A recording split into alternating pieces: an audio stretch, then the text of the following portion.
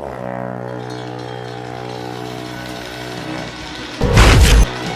non!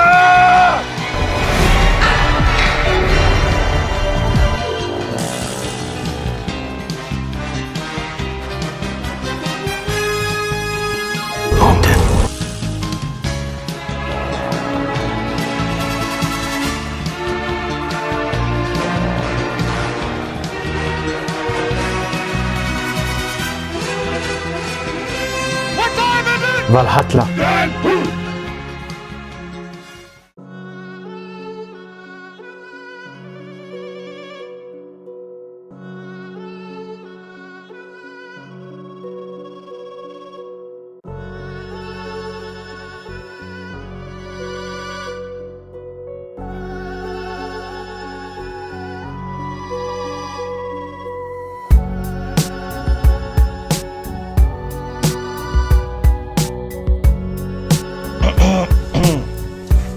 Bon bah vas-y, on y go. Bien. C'est parti. Donc une question du public à Oleg. Donc Mathieu du 60. Oleg, quel est ton parcours professionnel et pourquoi t'es-tu lancé là-dedans?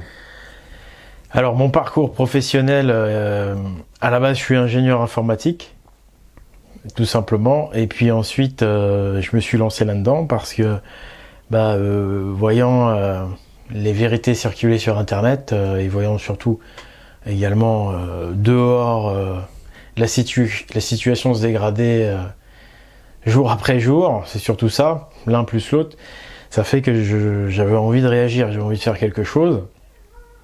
Et loin de moi, encore à cette époque, début des années 2010, l'idée de lancer une chaîne ou quoi que ce soit. Je suis pas du tout intéressé par la notoriété ou quoi. Bien au contraire, je suis pas du tout du style à être communicatif, à vouloir être regardé. Donc je me suis orienté vers une structure déjà existante. Je me suis dit, je vais donner mon énergie à cette structure existante. Et il se trouvait que cette structure s'appelait Égalité et Réconciliation, présidée par Alain Soral. En 2012, je crois, je les ai rejoints. Et puis, étant déçu par cette structure, parce que je me suis très rapidement aperçu que malgré mon gros travail, on ne tenait pas du tout compte de mes remarques quant aux Vikings, aux Gaulois. Je disais, mais pourquoi on parle que de christianisme? Il y a quand même les Gaulois, les Vikings, il y a quand même des choses intéressantes. A priori, l'histoire qu'on nous raconte dessus, en plus, elle n'est pas vraie. Donc on est quand même dans un endroit...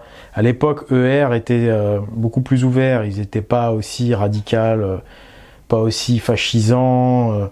Ils étaient ouverts un peu à tout. Ils étaient ouverts à l'esprit chouard, j'ai envie de dire. Et moi, j'étais plus, on va dire, sur cette ligne-là. Et surtout, j'étais sur une ligne d'ouverture et de recherche. Et puis donc, voilà, en plus, moi, normand... je trouvais ça bizarre que les Vikings étaient aussi peu médiatisés en Normandie, alors que c'est quand même quelque chose, quoi. Et donc j'ai trouvé ça bizarre, j'ai fait une lettre à Soral, j'en ai parlé à ses proches, j'en ai même parlé un petit peu avec lui, enfin j'ai essayé parce que c'est très difficile de parler avec lui, on a essayé de discuter, on n'a pas réussi.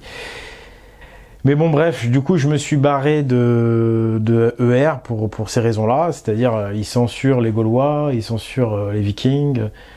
Je trouvais pas ça normal, et donc j'ai dit je vais faire moi-même, je vais me comporter en bonhomme, je vais t'obliger de lancer ma propre chaîne. Et je peux te dire que je me suis fait souffrance. Donc au début, j'ai commencé cool, en faisant des vidéos sport, mais toujours déjà dès le départ, esprit viking, tu vois. Je savais qu'il y avait un truc à trouver là-dedans. Et puis, de fil en aiguille, les vidéos sport ont plu, les gens ont kiffé mon esprit viking, qui leur paraissait vachement plus authentique. Après, il y a eu la série Viking qui est venue tout bousiller le vrai état d'esprit de nos ancêtres. Mais bon, du coup, j'ai commencé à faire plus en plus d'histoires pour rectifier les choses. Et donc, je me doutais bien que si ER voulait pas parler de ça, c'est qu'il y avait anguille sous roche. Et donc, j'ai creusé.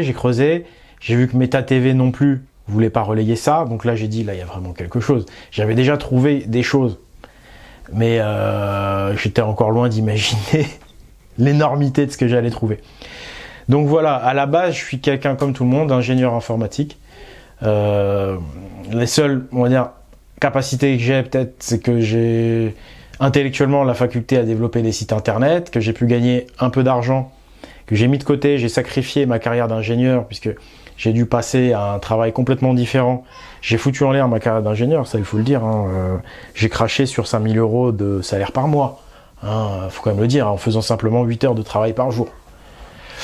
J'ai craché dessus. J'ai lancé un petit business à côté, mais ric-rac, qui m'a permis, si vous voulez, de travailler qu'à mi-temps, on va dire ça comme ça, pour développer la chaîne. Et la chaîne, je suis passé à 50 balles par mois de revenus de pub.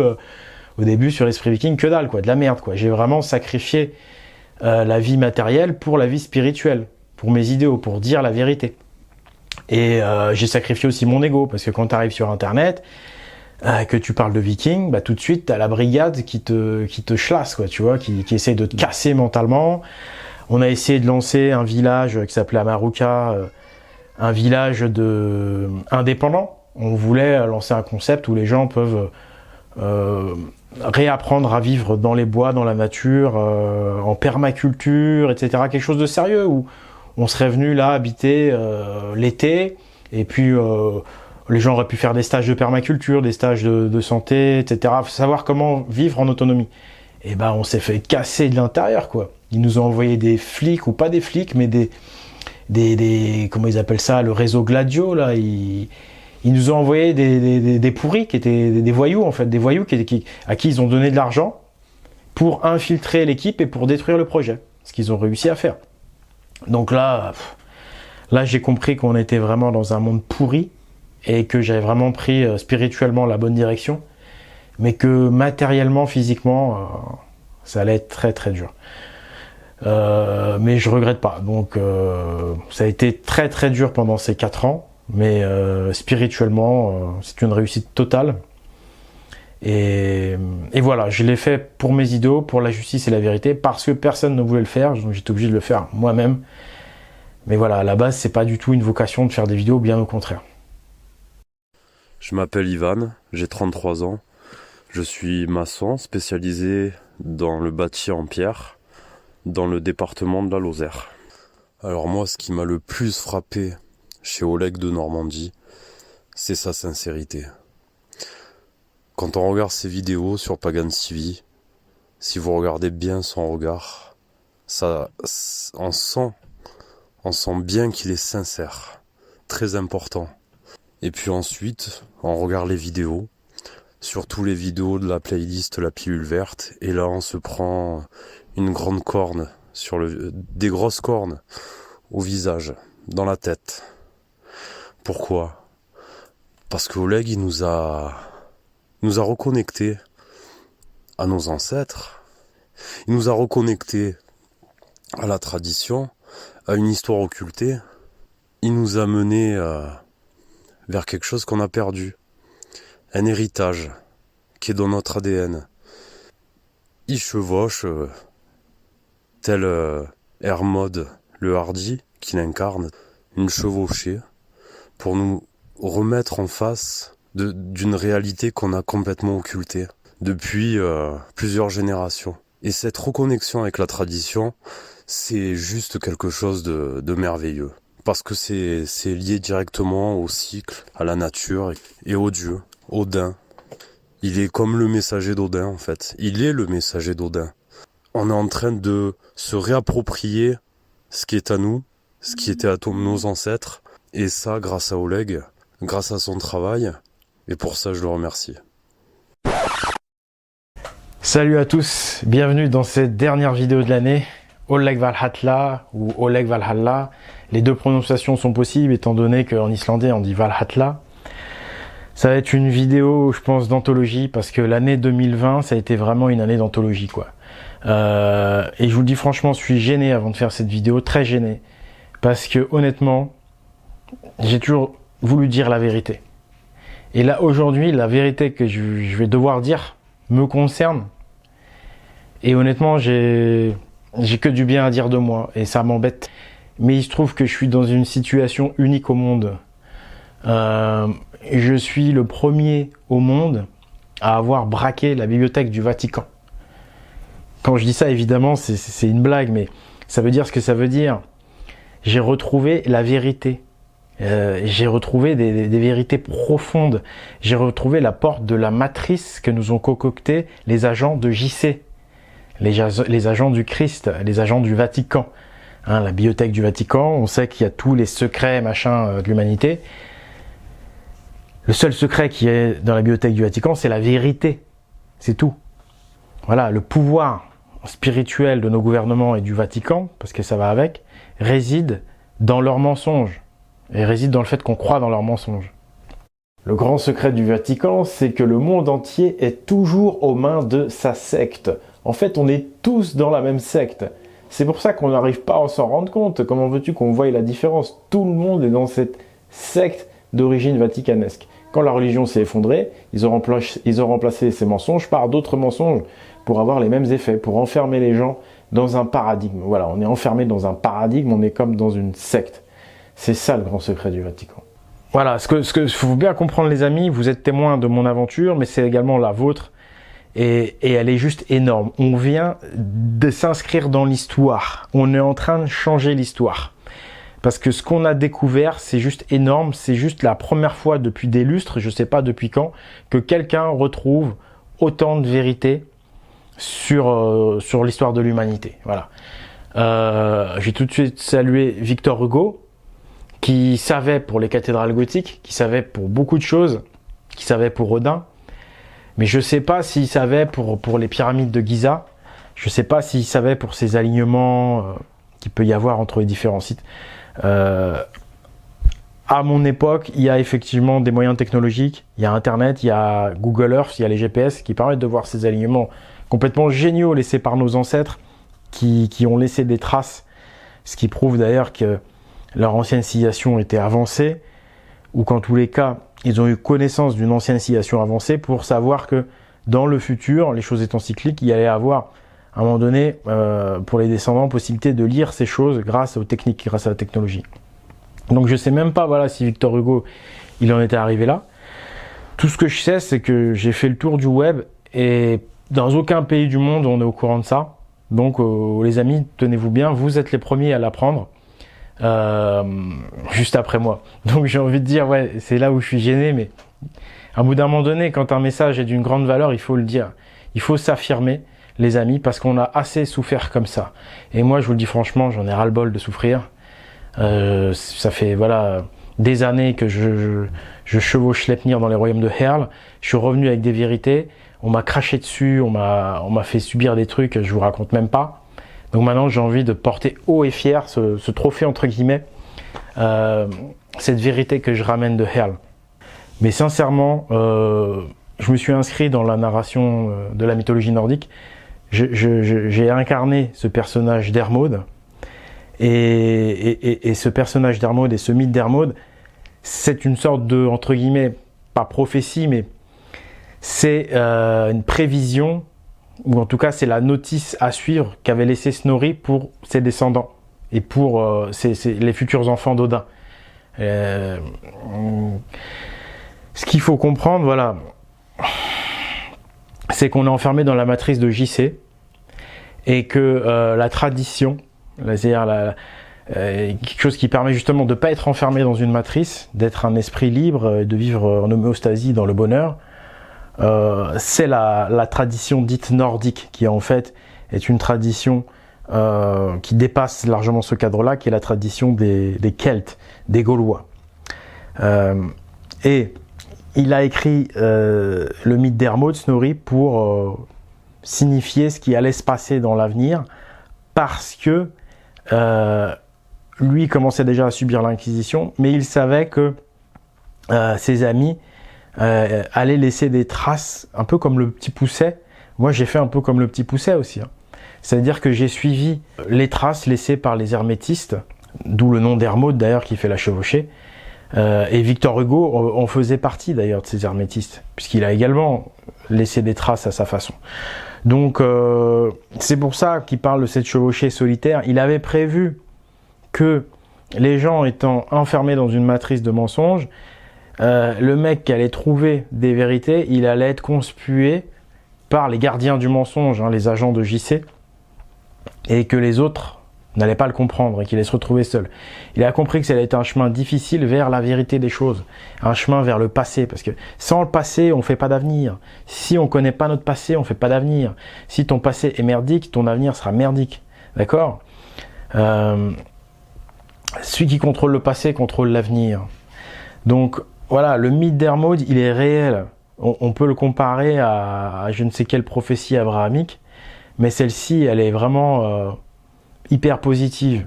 Parce que là, il s'agit d'un messager qui va retrouver la vérité dans le passé et qui la ramène pour un nouveau commencement. Et ça, t'as pas dans les religions abrahamiques, ça n'a rien à voir. On en parlera plus tard de leurs prophéties.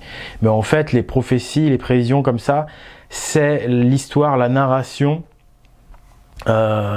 afférente, soit donc à la tradition primordiale concernant Hermod, soit aux sectes abrahamiques, puisqu'elles, ce sont des sectes, vu qu'elles racontent des mensonges, qui vont, elles, essayer de manipuler les gens qui croient dans leur truc pour qu'ils combattent pour eux, qu'ils combattent pour Sauron.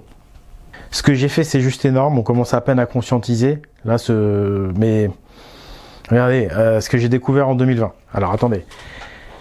La traite, l'esclavage des Gaulois, hein, des Gaulois qui existaient encore, j'insiste, au 7e, 8e siècle.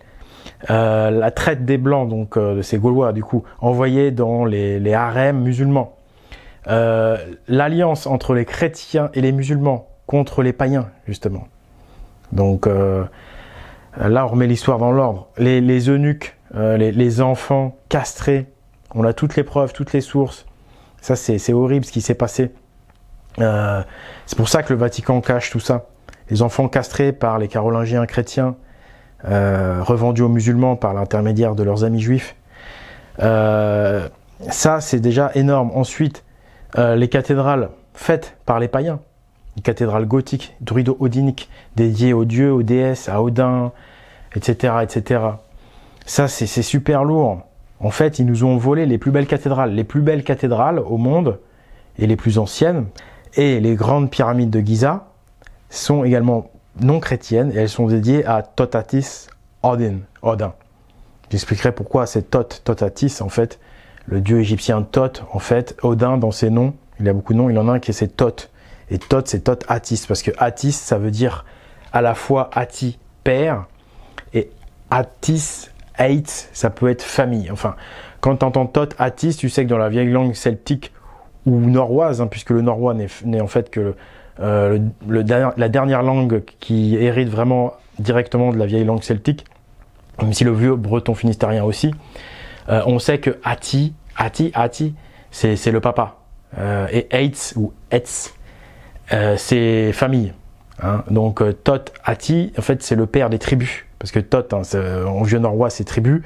Hein, comme Thoth en vieux gaulois, etc. D'où Thotates. Hein. Thotatis. Thoth est un des noms d'Odin. Donc à l'époque, effectivement, on parlait plus de Thoth comme le dieu principal, Thotatis, avec le Valknut. C'est-à-dire que je dis que le Valknut est associé au dieu principal de la tradition, qui a des tas de noms. Hein, Odin a des tas de noms. Et à l'époque, on l'appelait Thoth. Voilà. Thotates, exactement. Thotatis. Et donc associé au Valknut. Aujourd'hui, son nom est Odin. J'expliquerai le pourquoi de ces changements de nom plus tard. Mais il faut bien comprendre que voilà, la clé de voûte de la sortie de la matrice, c'est comprendre cet endoctrinement-là et d'en sortir. Donc maintenant, ce qu'il faut dire, c'est que je mérite de passer sur TF1 ou sur France 2. Normalement, je dois, ou plutôt naturellement, je devrais passer sur une grande chaîne parce que j'ai découvert cette année, c'est énorme. J'ai fait un travail surhumain. Et les découvertes et les implications des découvertes sont extraordinaires. Et quand je vois Papacito, voilà le guignol qui fait la promo du fascisme et de la violence et des armes, qui influence très négativement la jeunesse, quand je vois que ce Papacito passe sur Sud Radio, moi je devrais passer sur TF1 et sur CNN, hein, si lui il passe sur Sud Radio. Vous voyez ce que je veux dire? Mais bon, En fait, je suis pas jaloux parce que ça fait que confirmer ce que je dis, c'est-à-dire qu'on est dans une matrice mensongère établie par Loki ou Satan, en fonction de comment vous voulez l'appeler, qui a inversé toutes les valeurs, qui calomnie, c'est-à-dire que les méchants, il les fait passer pour des gentils, et les gens bien, les vrais chevaliers, il les fait passer, il les censure, et si jamais on parle de lui, il va les calomnier. C'est mon cas, je suis calomnié. Voilà, le diable inverse tout, hein, il y a des choses qui sont vraies. Loki calomnie les as. Donc voilà, on est dans une matrice de dégueulasse où tout est inversé. Et c'est pour ça que je passe pas sur TF1. Mais si on était dans un monde naturel, je devrais passer sur TF1. Donc maintenant, il y a quand même une bonne nouvelle dans tout ça. La bonne nouvelle, c'est qu'on va pouvoir annoncer la bonne nouvelle du retour des dieux, du retour d'Odin, du retour de Totatis, du retour des enchanteurs, du retour de la magie. Voilà. Donc, on a enfin trouvé la fin de l'histoire du Père Noël, en fait. La fin de l'histoire du Père Noël, c'est que dès qu'on n'y croit plus, eh bien, c'est là où, en fait, on va apprendre à découvrir Odin. Dès qu'on a passé l'âge de l'enfance de croire au Père Noël, c'est là où, en fait, en tant qu'adulte, on va comprendre que ce conte, qui est le Père Noël, c'est fait certes pour faire rêver les enfants, mais après, c'est pour éveiller les adultes. Voilà, que les adultes s'initient à la symbolique, à l'allégorie, au double langage, grâce au mythe du Père Noël. Parce que c'est un mythe, le Père Noël.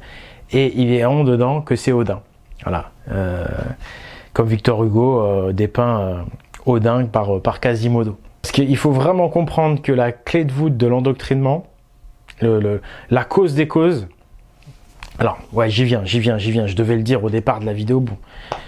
Ce qui est très important, c'est de comprendre que là, on a retrouvé la cause des causes, d'accord? Il y a un gars que j'aimais beaucoup, c'était Étienne Chouard, il parlait tout le temps de trouver la cause des causes.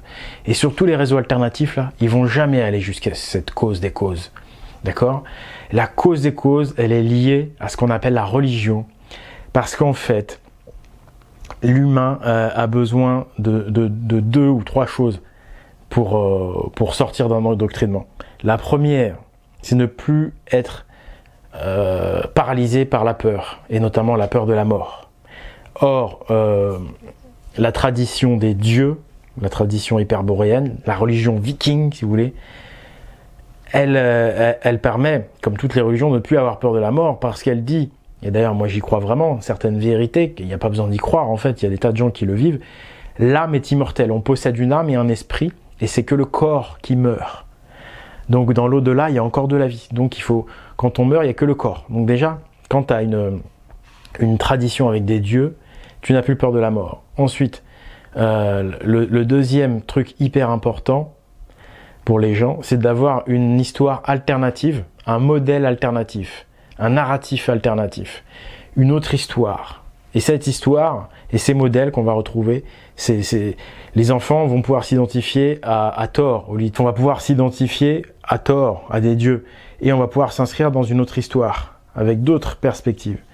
Et enfin, le troisième point, mais que là on peut trouver uniquement dans la religion des philosophes, qui est la religion des druides, qui est la religion des vikings, c'est-à-dire la philosophie elle-même. Voilà. Parce que dans la religion abrahamique, il n'y a pas de philosophie, je vous le rappelle, il n'y a pas de démocratie non plus. Et si la religion gallo-viking, celle d'Odin, est à ce point combattue par la clique AJC, c'est parce qu'en fait, elle est très démocratique et elle contient, elle contient tout. Elle contient la philosophie, la démocratie et les dieux. Et ça fait un peuple émancipé, ça fait un peuple libre. Voilà, tout simplement. Vous comprenez? Donc, c'est tout bête en fait. D'accord?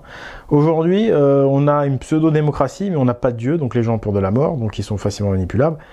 Et la philosophie est très restreinte, hein, c'est uniquement la philosophie des Lumières. Maintenant, on prend la vraie philosophie de Pythagore, on prend la démocratie locale avec les assemblées, l'Irminsul, le marteau de Thor, la valeur justice, et on prend les dieux, et là, ça change tout, vous comprenez? Donc voilà pourquoi, en fait, la religion des Vikings, bien compris, c'est-à-dire les derniers gardiens de la tradition, les vrais chevaliers, les vrais justiciers, c'est les Vikings. Ils ont tout inversé, je vous le rappelle. Que les Vikings, tout le monde peut s'identifier. Que les Gaulois faisait partie des Vikings. Que les Vikings, c'est une révolte politico-religieuse des esclaves et des serfs contre l'oppresseur, laveur de cerveau, judéo-chrétien. Ça, il faut bien comprendre. Donc la clé de voûte, ce qui va nous permettre de sortir de ça, c'est de remonter à la cause des causes, et la cause des causes, c'est dans l'esprit des gens. Et la seule chose qui va sortir l'esprit des gens de ça, c'est de se reconnecter à sa part spirituelle, à son âme, entre guillemets, à l'âme de peuple aussi, à la tradition de notre peuple, se remémorer la religion gallo-viking, qu'on nous a fait oublier par les bûchers, par l'amnésie, hein, qui nous ont fait oublier grâce à une contre-religion, qui est le judéo-christianisme. Voilà. Le judéo-christianisme, c'est une contre-religion. Et c'est pourquoi le nouvel ordre mondial actuel, en fait, il est toujours chrétien. La secte de JC, pourquoi elle est au pouvoir? Parce que c'est la seule religion autorisée, c'est-à-dire la religion abrahamique monothéiste, islam, judaïsme et christianisme. 3 leurres pour un même Dieu, en fait. Le meilleur moyen de voir qu'on est vraiment dominé par la secte jésuite de Jésus-Christ, c'est que là, on est en train de parler de quoi? De l'année 2020, d'accord? Mais on est en 2020 quoi? On est en 2020 après Jésus-Christ. Et l'année prochaine, on sera en 2021 après Jésus-Christ. Donc là, tout est dit. Le maître du temps, Satan, j'ai envie de dire, en plus qui est justement celui qui maîtrise le temps, Satan, c'est Jésus-Christ. Hein, tout est dit, hein, on est en 2020 après Jésus-Christ. Voilà. Tout est par rapport à Jésus-Christ. Et je rappelle que le calendrier grégorien, il a été établi justement par les jésuites au Concile de Trente vers 1545-1550. Notre, j'ai envie de dire, civilisation actuelle, contrôlée par le Vatican, c'est à partir du Concile de Trente 1545. C'est à ce moment-là qu'on a établi le calendrier dit grégorien, c'est-à-dire le calendrier avec la datation par rapport à Jésus-Christ. Et pas avant. Avant, on parlait pas de on est en telle année après Jésus-Christ. Il n'y a que depuis 1545. Ensuite, JC, ça veut dire quoi? Ça veut dire Jules César. Hein, JC, Jules César. Et ça veut dire judéo-chrétien. Voilà. Ou Christ juif. C et J. Donc J pour juif et C pour chrétien.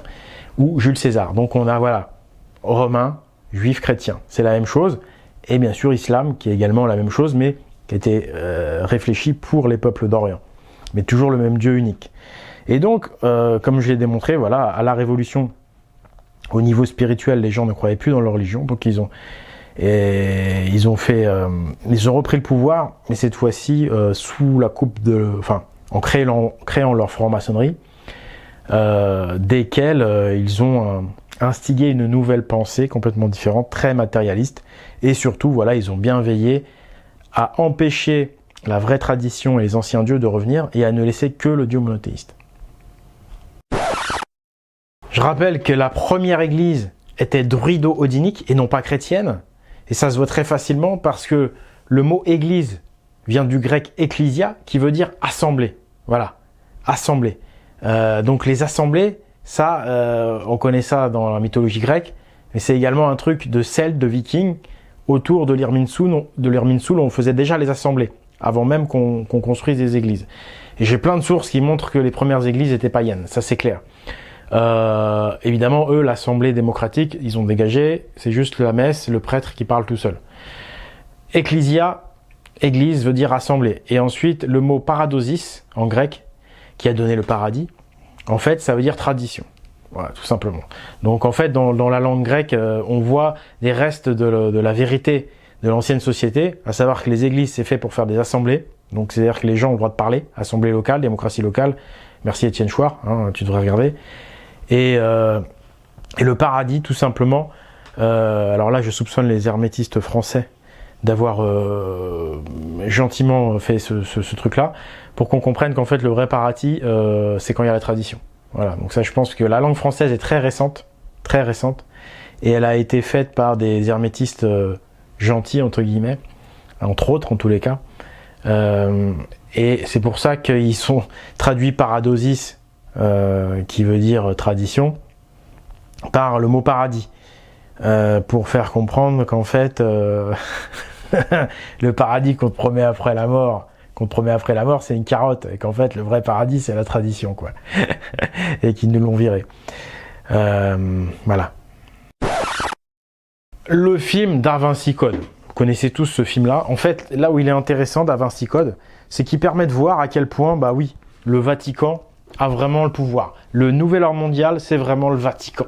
Voilà. Et que si justement il n'est pas trop exposé, c'est parce que justement c'est lui qui est au pouvoir. Donc il a le pouvoir de se cacher, de ne pas être en première ligne malgré son immense pouvoir. Il a le pouvoir d'avoir infiltré Internet, de posséder Internet, j'ai envie de dire pratiquement, avec tous ces agents qui disent non, c'est pas le Vatican, ils sont gentils, c'est les Juifs, gna gna gna gna. Voilà, on les entend à longueur de journée.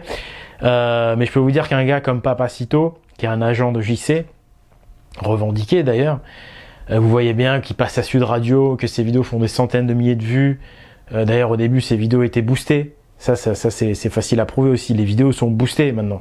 Ils achètent des dizaines de mecs qui créent des profils, ou même avec des programmes informatiques, c'est facile à faire. Il faut monter les vidéos. Bref. Voilà, on voit bien que ce gars-là n'est pas censuré alors qu'il parle de fascisme. C'est la première fois qu'on voit un mec qui fait la promo du fascisme et qui est pas censuré et qui a limite bonne presse, quoi, qui passe dans Femme Actuelle, là. Ouais, enfin, Valeurs Actuelles, mais bon, c'est, grosso modo, c'est pour les mêmes catégories de personnes, hein. Donc bref, on voit que c'est un agent du Vatican, on voit que le Vatican a le pouvoir de faire à peu près ce qu'il veut quand il le veut. Et le film Da Vinci Code en est la preuve ultime. Alors Da Vinci Code avec Tom Hanks, soi-disant franc-maçon, mais en fait les francs-maçons sont des chrétiens en dernière instance. En fait, ce film, c'est une énorme pub pour JC. C'est un film, voilà, je sais pas si vous l'avez vu, regardez-le, qui parle de symbolique. Moi j'ai bien aimé, je l'avais jamais vu. J'avais essayé de le regarder, j'avais trouvé pourri, j'avais laissé tomber. Et maintenant aujourd'hui, bah j'ai aimé le regarder parce que au début, il part sur la bonne recherche. C'est-à-dire que c'est un chercheur qui connaît le langage symbolique, le langage des anciens, l'hermétisme et tout, en l'occurrence Tom Hanks. Et il dit, ouais, il va y avoir quelque chose à trouver. On nous parle justement, en plus le Vatican se met directement en cause, il dit, ouais, le Vatican, son pouvoir réside dans des secrets, machin. Et le gars, il essaye de trouver la vérité avec un autre gars d'ailleurs.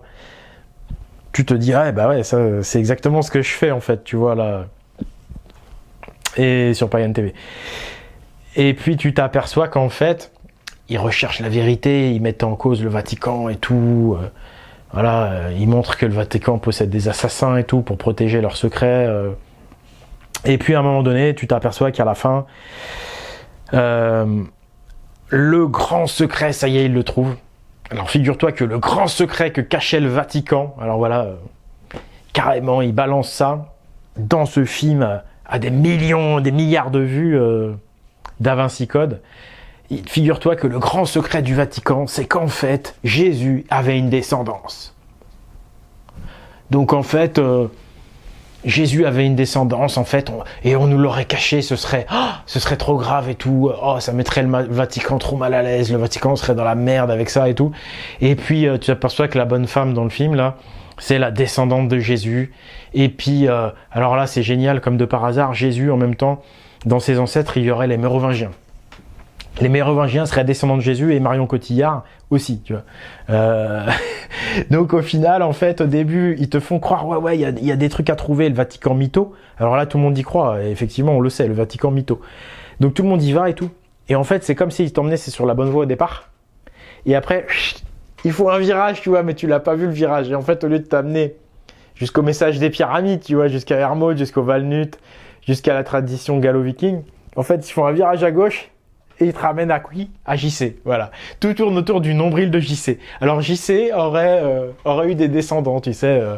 Oh, c'est extraordinaire. Oh, qu'est-ce que j'en ai à foutre, tu vois. Même si le perso a vraiment existé, qu'est-ce que ça peut foutre? C'est bidon. En plus, comment vas-tu prouver ça? Je veux dire, tout tourne autour du nombril de JC. C'est comme si moi je te disais, le grand secret, c'est que Thor a eu des descendants. Je suis descendant de Thor. Mais c'est quoi ce truc de people, quoi? Ça intéresse que les bonnes femmes, quoi. C'est bidon, quoi. Et surtout, encore une fois, tout tourne autour de JC. Et donc, en fait, faut savoir que ça, c'est un film jésuite, écrit par le Vatican, justement pour essayer de contrer tous les chercheurs, pour essayer de dire, en fait, couper l'herbe sous le pied des chercheurs, dire, bah oui, vous avez raison, on nous ment. En fait, la vérité, bah c'est ça. Voilà. Et en fait, évidemment que c'est pas ça. Et en plus, vous remarquerez au passage la quenelle qu'ils essayent de nous mettre en disant que les Mérovingiens, alors là, inversion totale, étaient descendants de JC. Les Mérovingiens, limite anti-chrétiens, tu vois, odinistes convaincus, voilà, qui faisaient des banquets odiniques. Tous les artefacts mérovingiens, c'est runique, c'est odinique. Vraiment, pas du tout chrétiens, les mecs, au contraire et tout. Ils ont toujours été en guerre contre le pape de Rome, tu vois, ou pas forcément en guerre tout le temps, tu vois, mais politiquement en désaccord, tu vois, jamais... certes, ils ont fait à un moment donné une paix, ils ont arrêté de faire la guerre avec eux, mais ils ont jamais été d'accord avec eux, tu vois. Et c'est pour ça qu'ils se sont fait virer, d'ailleurs. Je veux dire, c'est hyper logique, quoi. Il y a toutes les preuves et tout. J'ai déjà montré ça. Et là, donc, pour essayer de nous mettre une double quenelle, ils font genre, ouais, et l'autre grand secret, c'est que les Mérovingiens descendraient de JC. N'importe quoi. Et quand je repense à tous ceux, qui voulaient faire croire qu'ils étaient des chercheurs de vérité et qui nous ont balancé ces histoires sur Jésus, là. Tous ces gens qui vous parlent de Jésus, c'est des membres de la secte de JC qui est le Nouvel Ordre Mondial. Le Nouvel Ordre Mondial, sa racine, c'est JC. D'accord ? Les maçonneries lui appartiennent. Tout ça, ça lui appartient. Tous les mensonges basés viennent de JC. Et puis c'est tout. Donc voilà. Mais donc ça ne vous surprend pas. Un film qui fait des milliards de vues Da Vinci Code, c'était évident que c'était une carotte. Et là, on voit bien en fait le pouvoir du Vatican dans ce film, le Vatican qui veut faire croire qu'il est remis en cause, qu'il n'a pas le pouvoir, que des francs-maçons auraient fait un film sur lui. Pas du tout en fait. Au final, t'as fini le film, t'as envie de devenir chrétien, tu vois. Oh, Jésus a eu des descendants. En fait, il était humain, mais avec des pouvoirs divins. Oh, Jésus. On nous aurait menti. Oh, le Vatican, c'est ça qui cachait.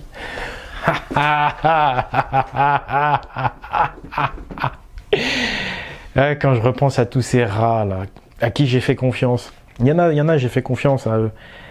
Peut-être ils se sont fait berner eux-mêmes par les rats, je sais pas, mais franchement, quand je revois tous ces gens là, maintenant vous allez l'écouter, vous allez voir, en fait, c'est tous des mythos, quoi. Tous des mythos. Les gardiens de la matrice sont partout. Bonjour, Stéphane, 38 ans. Marin et ouvrier du bâtiment, donc je vis dans le Boulonnais, dans le secteur du Nord-Pas-de-Calais, sur la côte d'Opale. Que pensez-vous du travail de Oleg de Normandie ? Alors, pour moi, Oleg de Normandie, en fait c'est simple, c'est le seul en fait qui n'hésite pas à mettre les pieds dans le plat. Il n'hésite pas à nager à contre-courant justement pour la vérité, donc pour moi il fait un travail exceptionnel. Il est sans aucun doute le seul justement à faire ce travail, puisque la majorité des pseudo-chercheurs actuels, en fait, ils ne suivent juste un courant du politiquement correct, alors que lui, Oleg, n'hésite pas à mettre vraiment les pieds dans le plat. Il représente vraiment le véritable chercheur dont on a besoin sur toutes les sources actuelles que l'on veut se retrouver, à laquelle on veut trouver un chemin et une véritable vérité. Pour moi, il est vraiment un guide. Ce qui m'a apporté, c'est une lumière en fait. Tout d'abord, dans mes recherches de départ, à laquelle j'étais complètement perdu, il a su m'éclairer, il a su montrer un chemin afin de m'éviter de suivre des pseudo-dissidents qui en réalité sont enrôlés dans la fine équipe. Donc je sollicite beaucoup de monde justement à le soutenir, car pour moi il m'a vraiment apporté énormément de choses, que ce soit sur le travail de mes propres ancêtres, de savoir d'où je viens pour savoir où je vais, et surtout sur la grande vérité, ne serait-ce que sur les pyramides, sur tous les secrets des bâtisseurs. Pour moi, c'est le seul mec qui ose mettre une corne justement à toute la bien-pensante actuelle. Donc j'ai envie de dire, continue à leur mettre des cornes et va de l'avant. Troisième question de Ambiorix. Que penses-tu des autres mouvements païens ? La question épineuse. Mais en réalité, elle n'est pas tellement épineuse, parce que quand on regarde les choses avec honnêteté, quand on voit là toutes les connaissances que j'ai retrouvées et que j'ai divulguées, c'est ce que je savais moi depuis le départ. Ça pendait au nez dès le départ. Toutes les structures actuelles dites païennes, quelles qu'elles soient, elles sont toutes sous contrôle du Vatican. Directement ou indirectement, vous avez partout des agents à l'intérieur qui veillent à ce que la doxa imposée par le Vatican soit respectée. Donc voilà, Maintenant, avec toutes les découvertes que j'ai faites, bah évidemment, elles ressemblent plus à rien ces structures parce que elles, si vous avez été les voir en croyant que c'était des spécialistes qui allaient vous guider, vous apercevez qu'en fait, ils connaissent rien ou ils occultent tout. Pire, la plupart du temps, les gens n'occultent pas. La plupart des temps, les gens n'ont pas le temps de faire les recherches que j'ai faites, n'ont pas aussi, il faut le dire, c'est une histoire aussi de peut-être de QI. Hein. Je suis ingénieur aussi, et puis j'ai du courage. Il faut les deux, hein, parce que il suffit pas d'avoir du QI, il faut pouvoir. Pour retrouver ce que j'ai trouvé, c'est aussi parce que je l'ai validé avec vous, le public. Je l'ai validé par des vidéos, je l'ai validé par des livres, et tout ça, il fallait le courage pour le faire. Hein. Donc, il y avait pas beaucoup de gens qui étaient capables de le faire. Moi, je l'ai fait. Ça a été un rude travail solitaire. Et maintenant, on s'aperçoit que, bah, évidemment, les autres structures, c'était comment on dit, des leurres, quoi. Hein. C'est des structures. Et évidemment, depuis l'Inquisition, hein, ils ont fait le ménage de partout. Donc aujourd'hui, on est dans le fake. On est dans une civilisation de tout est fake, en fait. Donc, plutôt que de dire officiellement, bah non, on veut pas de Vikings, c'est interdit, sachant que s'ils disent ça, bah, les gens vont se ruer sur cette culture. Et ben non, ils préfèrent faire des fausses associations vikings ou druidiques pour dire aux gens, bah oui, bien sûr, ça existe. Ils faisaient des sacrifices sanglants. Quoi, pardon, tu peux répéter là les sacrifices sanglants, je vois que c'est écrit dans la Bible, mais je vois nulle part dans l'Eda. On voit qu'en fait, c'est des agents, soit des idiots utiles, soit des agents propagandistes purs et durs qui sont là pour diaboliser ta tradition, diaboliser tes dieux, pour que bah, ça décolle jamais, que ça reste de la merde. Donc c'est pour ça qu'on leur a enlevé tous leurs plus beaux bébés, les plus beaux bébés qu'ont fait nos ancêtres, les cathédrales gothiques, les pyramides de Gizeh. Ça, c'est païen, c'est druido-odinique. Et ça, c'est du lourd, tu vois, ça change tout, on change de dimension, là, tu vois. Et eux, bah, ces associations-là, ils t'en toucheront jamais un mot. Parce que la plupart, je le dis, c'est des idiots utiles. Si vous avez des amis dans l'association, ne dites pas, ah, il est un jésuite. Non. Je dis simplement que les hauts intellectuels, il y a des gardiens, ils savent, eux, qu'est-ce qu'il faut surtout pas que les gens aillent chercher, tu vois. Mais pour identifier lequel est vraiment tu sauras pas, c'est pas la peine. Mais comprenez, voilà, que l'Inquisition n'en est pas sortie et qu'en fait aujourd'hui tout est fake et qu'ils préfèrent faire des fausses associations pour que les gens ne comprennent pas qu'elle est là la vraie résistance spirituelle, intérieure et culturelle. Et voilà, on en est là. Coupez tous vos médias, y compris Internet, c'est du poison, c'est même pire parce que c'est hyper... Moi je vois des amis là qui suivent, qui continuent à suivre les trucs alternatifs, ils sont tout le temps angoissés, c'est la fin du monde, on va tous mourir tout le temps. Faut arrêter avec ça. Annoncer la bonne nouvelle, à savoir que ça y est, on a trouvé enfin une porte de sortie à cette matrice. C'est la tradition de nos ancêtres, la tradition gallo-viking de l'Eda, Eda que je vais republier en entier. Il y a déjà quelques exemplaires, hein, en voilà un. Mais l'intégrale, je vais bientôt le republier. À savoir que vous avez un rôle à jouer dans cette histoire. J'incarne Hermod. J'ai ramené la vérité du royaume des morts. Maintenant, vous la prenez cette vérité et vous devenez, vous, des milliers de messagers. Et c'est ce qui est écrit dans l'Eda. Hein. C'est ce qui est écrit dans l'Eda. Hein. Après le meurtre de Balder. Enfin, c'est l'histoire du meurtre de Balder, pardon. Balder meurt, machin. Hermod va au royaume des morts pour récupérer la vérité et il ramène 2 anneaux à un linge. C'est symbolique. Ça veut dire que, bon bref, c'est par rapport au mariage et à la fidélité. C'est tout bête, mais le mariage, pareil, c'est pas chrétien. Hein, c'est odinique. C'est druido-odinique, d'accord? Donc ça veut dire déjà, première chose, les amis, restez fidèles à votre femme, restez fidèles au mariage. Pas nécessairement avec un contrat, parce que c'est pourri les mariages avec contrat, ils ont détruit le mariage, mais au moins un mariage de cœur et d'esprit. Ensuite, l'importance des enfants, etc. Donc il ramène cette semence, et derrière, Frigg, la femme d'Odin, elle envoie des messagers à travers la terre pour que les gens pleurent Balder. C'est-à-dire quoi? Qui se remémorent la vérité des choses, qui se remémorent le bon temps de la tradition, qui comprennent que Odin, le Père Noël, c'est leur ancêtre, etc., tu vois, qui pleurent en fait quand ils apprennent qui est Odin, etc.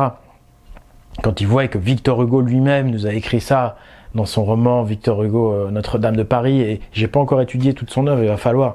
Mais en fait, il y en a partout des preuves. Il y en a énormément des preuves.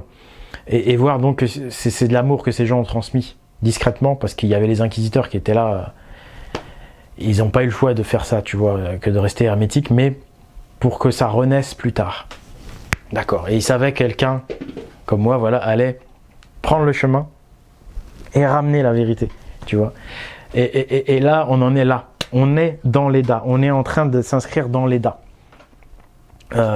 J'ai ramené la vérité et les 1000 messagers envoyés par Frick vont faire pleurer les gens. Il faut faire pleurer les gens, tu vois.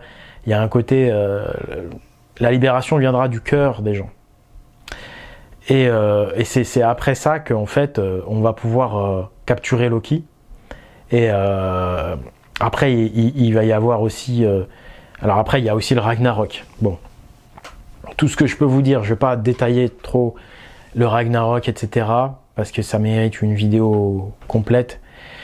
Mais ce que je peux vous dire, c'est que voilà, c'est en faisant ça qu'on va pouvoir ramener l'âge d'or, la vraie tradition, le bonheur, ressusciter Balder et Nana, hein, sa femme, la déesse Nana. Donc le mot Nana vient de là.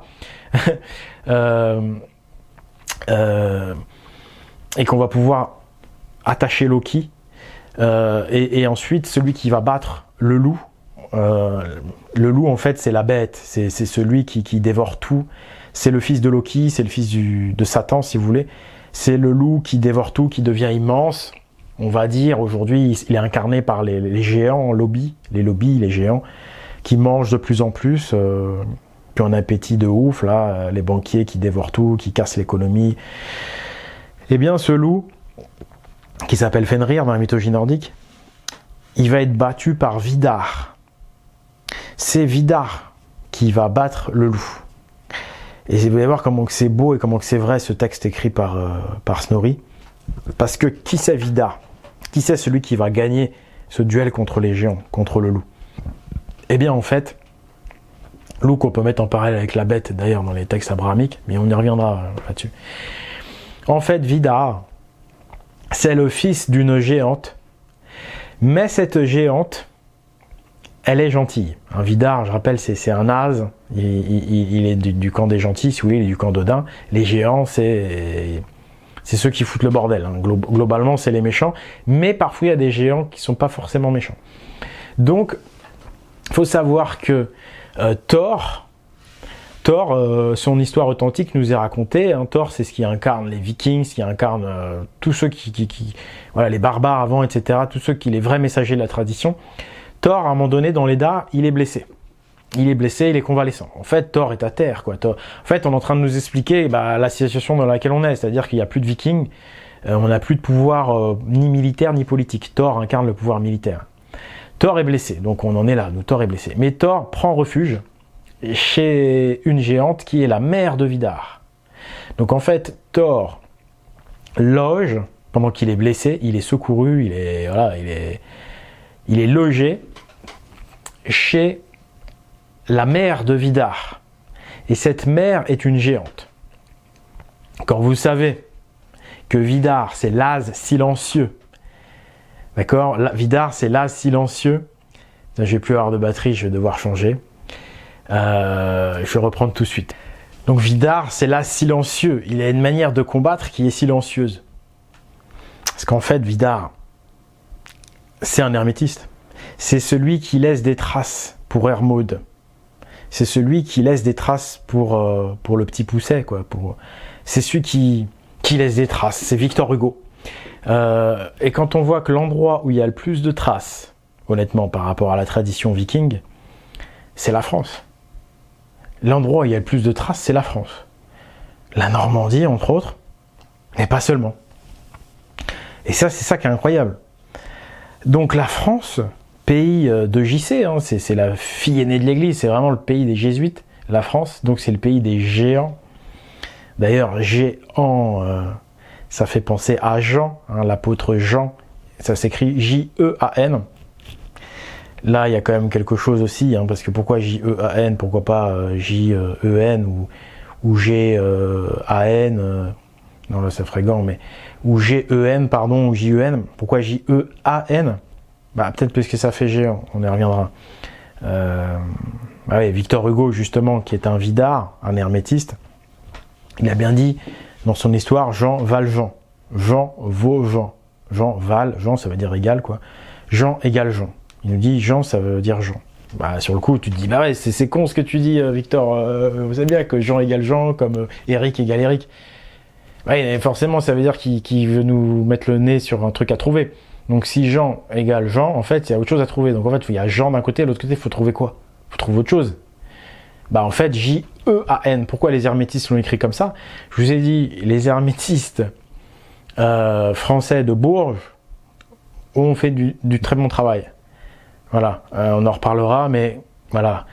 Jean, J-E-A-N, c'est géant. Voilà, pour dire que Jean, c'est le géant. D'accord. Voilà, ils ont glissé des cornes, quand même. J'ai réconcilié un petit peu avec eux quand même. Pour ceux qui ont lu Notre-Dame d'Odin. On referme la parenthèse. Vidar, c'est donc la silencieuse, c'est l'hermétiste, c'est Victor Hugo, entre autres. Et il loge, donc il est fils d'une géante. Et c'est lui qui héberge Thor.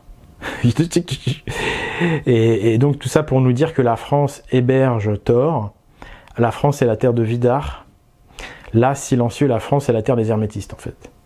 La tradition dite nordique, de là où elle va renaître, c'était de France. C'était prévu que ce soit en France et que ce soit en Normandie, un Normand. Et c'était prévu que ce soit... grâce à Vidar. Ben voilà, ça me paraît hyper logique, comme on vous l'a dit, avec l'Inquisition, etc., il savait qu'il fallait qu'il laisse des traces, et qu'un jour, avec la technologie de l'information et la technologie qui arrive, il y a quelqu'un qui allait pouvoir recoller les morceaux. On la retrouve en plus dans des tas de mythologies, cette histoire de recoller les morceaux, pour revoir la vérité. Et donc, c'est magnifique, les Dains, ils ont écrit tout ça. Voilà. Donc, vous, les amis, vous habitez chez la géante. La France, en fait, c'est une géante, mais gentille. Enfin, il y en a une qui est gentille dans l'eau, en tous les cas. C'est le côté odinique de la langue française, j'ai envie de dire, puisque quand tu vois, vous allez voir qu'il y a, dans la langue française, il y a plein de mots qui raccordent avec la mythologie nordique, en fait.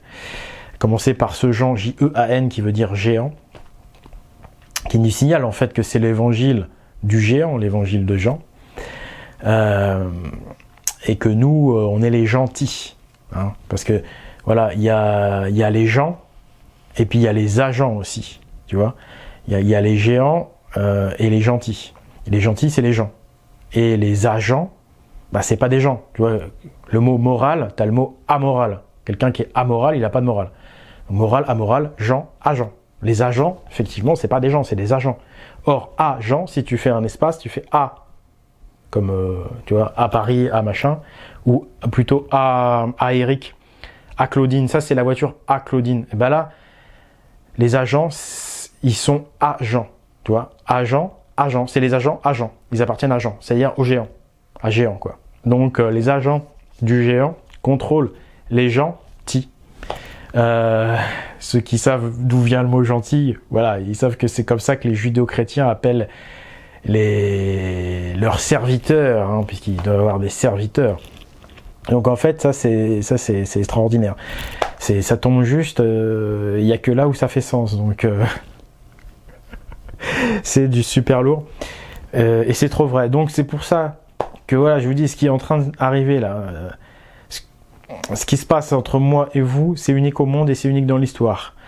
Et voilà, vous faites partie de ce pays qui appartient à Vidar. Et Vidar, c'est l'as qui va vaincre le loup. Donc c'est-à-dire que voilà, tous les hermétistes français, ils ont fait du boulot de lourd quand même. Et là, quand ça va complètement s'épanouir, tout ça, ça va être encore plus lourd que tout ce que je vous ai dit là. On est encore qu'au début. Et Vidar, il va devenir extrêmement puissant. Et il va faire, entre guillemets, je pense un jour renaître Thor aussi, puisque, voilà. En tout cas, voilà. Vous avez compris le sens du mythe. La France, certes, c'est le pays des géants, mais dans l'eau, il y a une géante qui est gentille et qui héberge Thor. Et c'est la maman de Vidar. Voilà, donc, inscrivez-vous dans cette histoire. Inscrivons-nous dans cette histoire. Et toutes ces histoires, plus on y croit, plus elles fonctionnent. Et c'est celui qui croit le plus dans son histoire qui gagne. Parce que si le NOM et JC nous malmènent, c'est parce que eux, la petite clique d'agents, ils croient dans leur religion, ils croient dans leur truc, ils croient dans leur histoire. Donc à nous de croire dans notre histoire. Tant que nous, on n'aura pas une histoire, on sera absorbé dans la leur, tu comprends? Voilà, c'est pour ça qu'il y a toujours une opposition contrôlée qui nous parle jamais de gallo-viking. C'est parce qu'ils veillent toujours à ce qu'on ait l'histoire du géant. Ils nous ramènent toujours à l'histoire de Jean, le géant. Ces agents du géant nous racontent l'histoire de Jean le géant, tout le temps. À nous, les gentils. Donc nous, les gens, on doit retrouver notre histoire à nous, dans laquelle on n'est pas des esclaves, dans laquelle on n'est pas des perdants. Et cette histoire-là, elle est là. Alors, bien comprendre que nordique, c'est pas le meilleur terme de l'appeler. C'est simplement le nord, l'endroit où ils se sont réfugiés en dernier et où ils ont écrit les textes. Donc dans le nord, ils ont écrit les textes.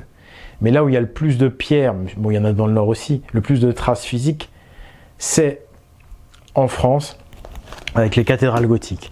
C'est en Égypte, c'est en Amérique, avec toutes ces pyramides un peu partout. Voilà, comme c'est écrit dans l'Eda, il y a des messagers qui sont partis dans le monde entier.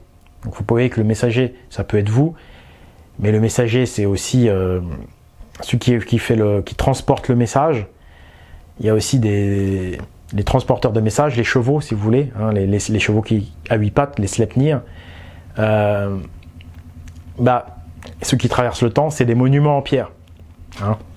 Pyramide de Gizeh, c'est Sleipnir. C'est comme un cheval qui traverse le temps, qui ramène un message. Voilà. Le messager, on va dire, c'est celui qui chevauche le cheval, c'est celui qui comprend la pyramide, qui comprend les cathédrales gothiques, qui comprend les pyramides de Chine, qui comprend les pyramides de Mexique. Vous voyez, le chantier, quoi, les amis. Le chantier de ouf. Est-ce que vous croyez que je pourrais y arriver tout seul? Non, je pourrais pas. C'est pas possible, les amis. J'ai besoin de vous. J'ai besoin de vous. Donc, et c'est bien écrit dans l'EDA, c'est logique. Au début, il y en a un qui retrouve la première semence, et boum, là, ça crée quelque chose, déjà, une première explosion de conscience, une première renaissance. Mais derrière, c'est des dizaines, des centaines, des milliers de messagers qui vont continuer ce travail, jusqu'à faire renaître Thor, j'ai envie de dire, jusqu'à faire renaître Odin, Thor, etc. Voilà. Donc nous allons passer sur le sujet d'un chrétien qui a été franc-maçon et qui l'a quitté depuis, qui a quitté la franc-maçonnerie et qui suit tes travaux, Oleg, mais qui n'est pas tout à fait d'accord avec ton analyse sur les relations de pouvoir entre ces deux mouvements. Donc je le cite. Donc les francs-maçons ne se prétendent absolument pas anti-religieux, même officiellement. J'ai déjà eu affaire à un maître de la Grande Loge de France qui m'a parlé de son amour pour Jésus pendant 30 minutes. Sans déconner, il s'approprie tout. Alors là, c'est un très bon témoignage, parce que, en fait, tu vois, il y a plusieurs choses à dire. Déjà, là, il avoue que dans la franc-maçonnerie, en fait, il y en a qui admirent Jésus. Faut savoir que la franc-maçonnerie, au départ, c'est la philosophie des Lumières, c'est athée, anti-catholique, anti, entre guillemets, chrétien. Ça, tout le monde est d'accord. Les propagandistes pro-jésuites, Soral, Dieudonné, Jovanovic nous le répètent tout le temps. Les méchants francs-maçons anti-Dieu. Et là, on nous avoue, par quelqu'un qui est à l'intérieur de la franc-maçonnerie, qui est chrétien, qui a fait un court séjour, hein, qui est rentré par curiosité, qui est ressorti, qui nous avoue que à l'intérieur, en fait, il y a des admirateurs de Jésus. Donc, ensuite, lui, il dit quoi? Il dit qu'il s'approprie tout. Tout à fait, ouais. Il dit, sans déconner, il s'approprie tout. Voilà, donc pour lui, ce serait une appropriation, il se serait approprié. Je suis pas d'accord, il s'approprie pas tout, comme tu dis. Puisque si vraiment il s'appropriait tout, pourquoi il parle pas d'Odin?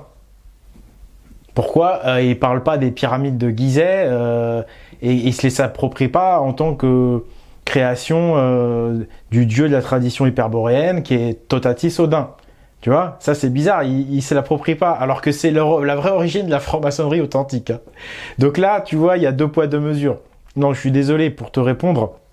Il s'approprie pas tout. Et officiellement, il parle très peu de Jésus. Là, c'est parce que c'est à l'intérieur. Mais officiellement, ils sont censés être opposés à l'Église et à Jésus. Et historiquement, c'est ça. Hein. la franc-maçonnerie, Illuminati et compagnie, c'est athée, machin. Mais là, il nous avoue qu'en fait, à l'intérieur, il y a des cadres, comme il dit, des grands cadres qui sont admirateurs de Jésus. Donc ça confirme finalement ce que je disais, c'est que c'est les jésuites qui dominent la franc-maçonnerie, et pas l'inverse. Donc n'oublions pas non plus que la franc-maçonnerie est clairement dominée par les juifs, qui ont de plus très probablement inventé l'islam. Puisque les juifs sont aux manettes des francs-maçons, pas étonnant de voir naître des lois idiotes comme la loi Guesso, ni de les voir promouvoir l'islam dans leurs bras armés. Ouais, alors là-dedans, il y a beaucoup de vrai. Voilà, sauf que judaïsme et catholicisme, c'est la même chose, sauf que c'est deux catégories de personnes différentes, quoi. Il y a les gentils, il y a la religion pour les gentils et la religion pour... voilà. Donc, mais c'est le même objectif. Donc, c'est une religion catholique qui a été créée par ces gens-là. Donc, c'est logique. Et ensuite, quand il dit que ce sont les francs-maçons qui font venir les musulmans, ben oui, mais c'est aussi les catholiques. On a combien de témoignages qui montrent que le pape François lui-même fait des courbettes. Le pape François lui-même fait des courbettes aux musulmans. On sait pertinemment que les chrétiens accueillent les musulmans un peu partout. Donc là encore, c'est un peu retourner le jeu, quoi. En fait, tout ça, c'est la même chose, que ce soit franc-maçon ou catholique, ils font tous venir les musulmans. Point final. Et effectivement, oui, comme il dit, l'islam est une création du judaïsme, comme le catholicisme est une création du judaïsme. De toute façon, aujourd'hui, c'est clair, que ce soit franc-maçon, chrétien, juif ou musulman, ils sont tous nouvel ordre mondial, point final. Ils sont tous NOM, c'est tout. Il y a Codin qui est pas NOM, et c'est pour ça qu'il le déteste. Alors, tu as un petit témoignage à nous faire parler, là. Donc, un témoignage d'un tipeur, Cédric. Un type pour t'encourager et te soutenir dans ton combat. Les gardiens de la tradition et de notre héritage ont trouvé en ta personne un porte-flambeau courageux et honorable. Frère d'âme et frère d'armes. C'est dur à dire ça, hein. Frère d'armes et frère d'âme. Non, mais c'est ça. C'est les caractères, ouais. C'est écrit blanc sur rose. J'ai du mal à lire. Bon, on va refaire. On n'a pas une bonne imprimante. Hein. Il veut que vous envoyez des dons, je crois. Frère d'armes et frère d'âme. Bah, c'est très sympathique à toi, Cédric. Merci. La participation matérielle, c'est également important. Donc, et puis c'est touchant comme témoignage. Merci beaucoup. Deuxième témoignage de Christelle, toujours tipeur. Je te remercie, Oleg, du fond du cœur pour toutes les connaissances qu'il m'a déjà apportées et pour toutes celles à venir. Je souhaite apporter mon soutien à son immense travail auprès du public au travers de vidéos, d'écritures, de livres et de publications. À titre plus personnel, je le remercie aussi pour m'avoir reconnecté avec mes racines et mes ancêtres en divulguant leur véritable histoire, en rétablissant publiquement leur honneur et leur mémoire. Enfin, je pense que tout travail valeureux mérite reconnaissance et justice. Foi de Gauloise, un éternel merci. Oleg, amicalement, Christelle. Bah, merci beaucoup, Christelle. Témoignage très chaleureux.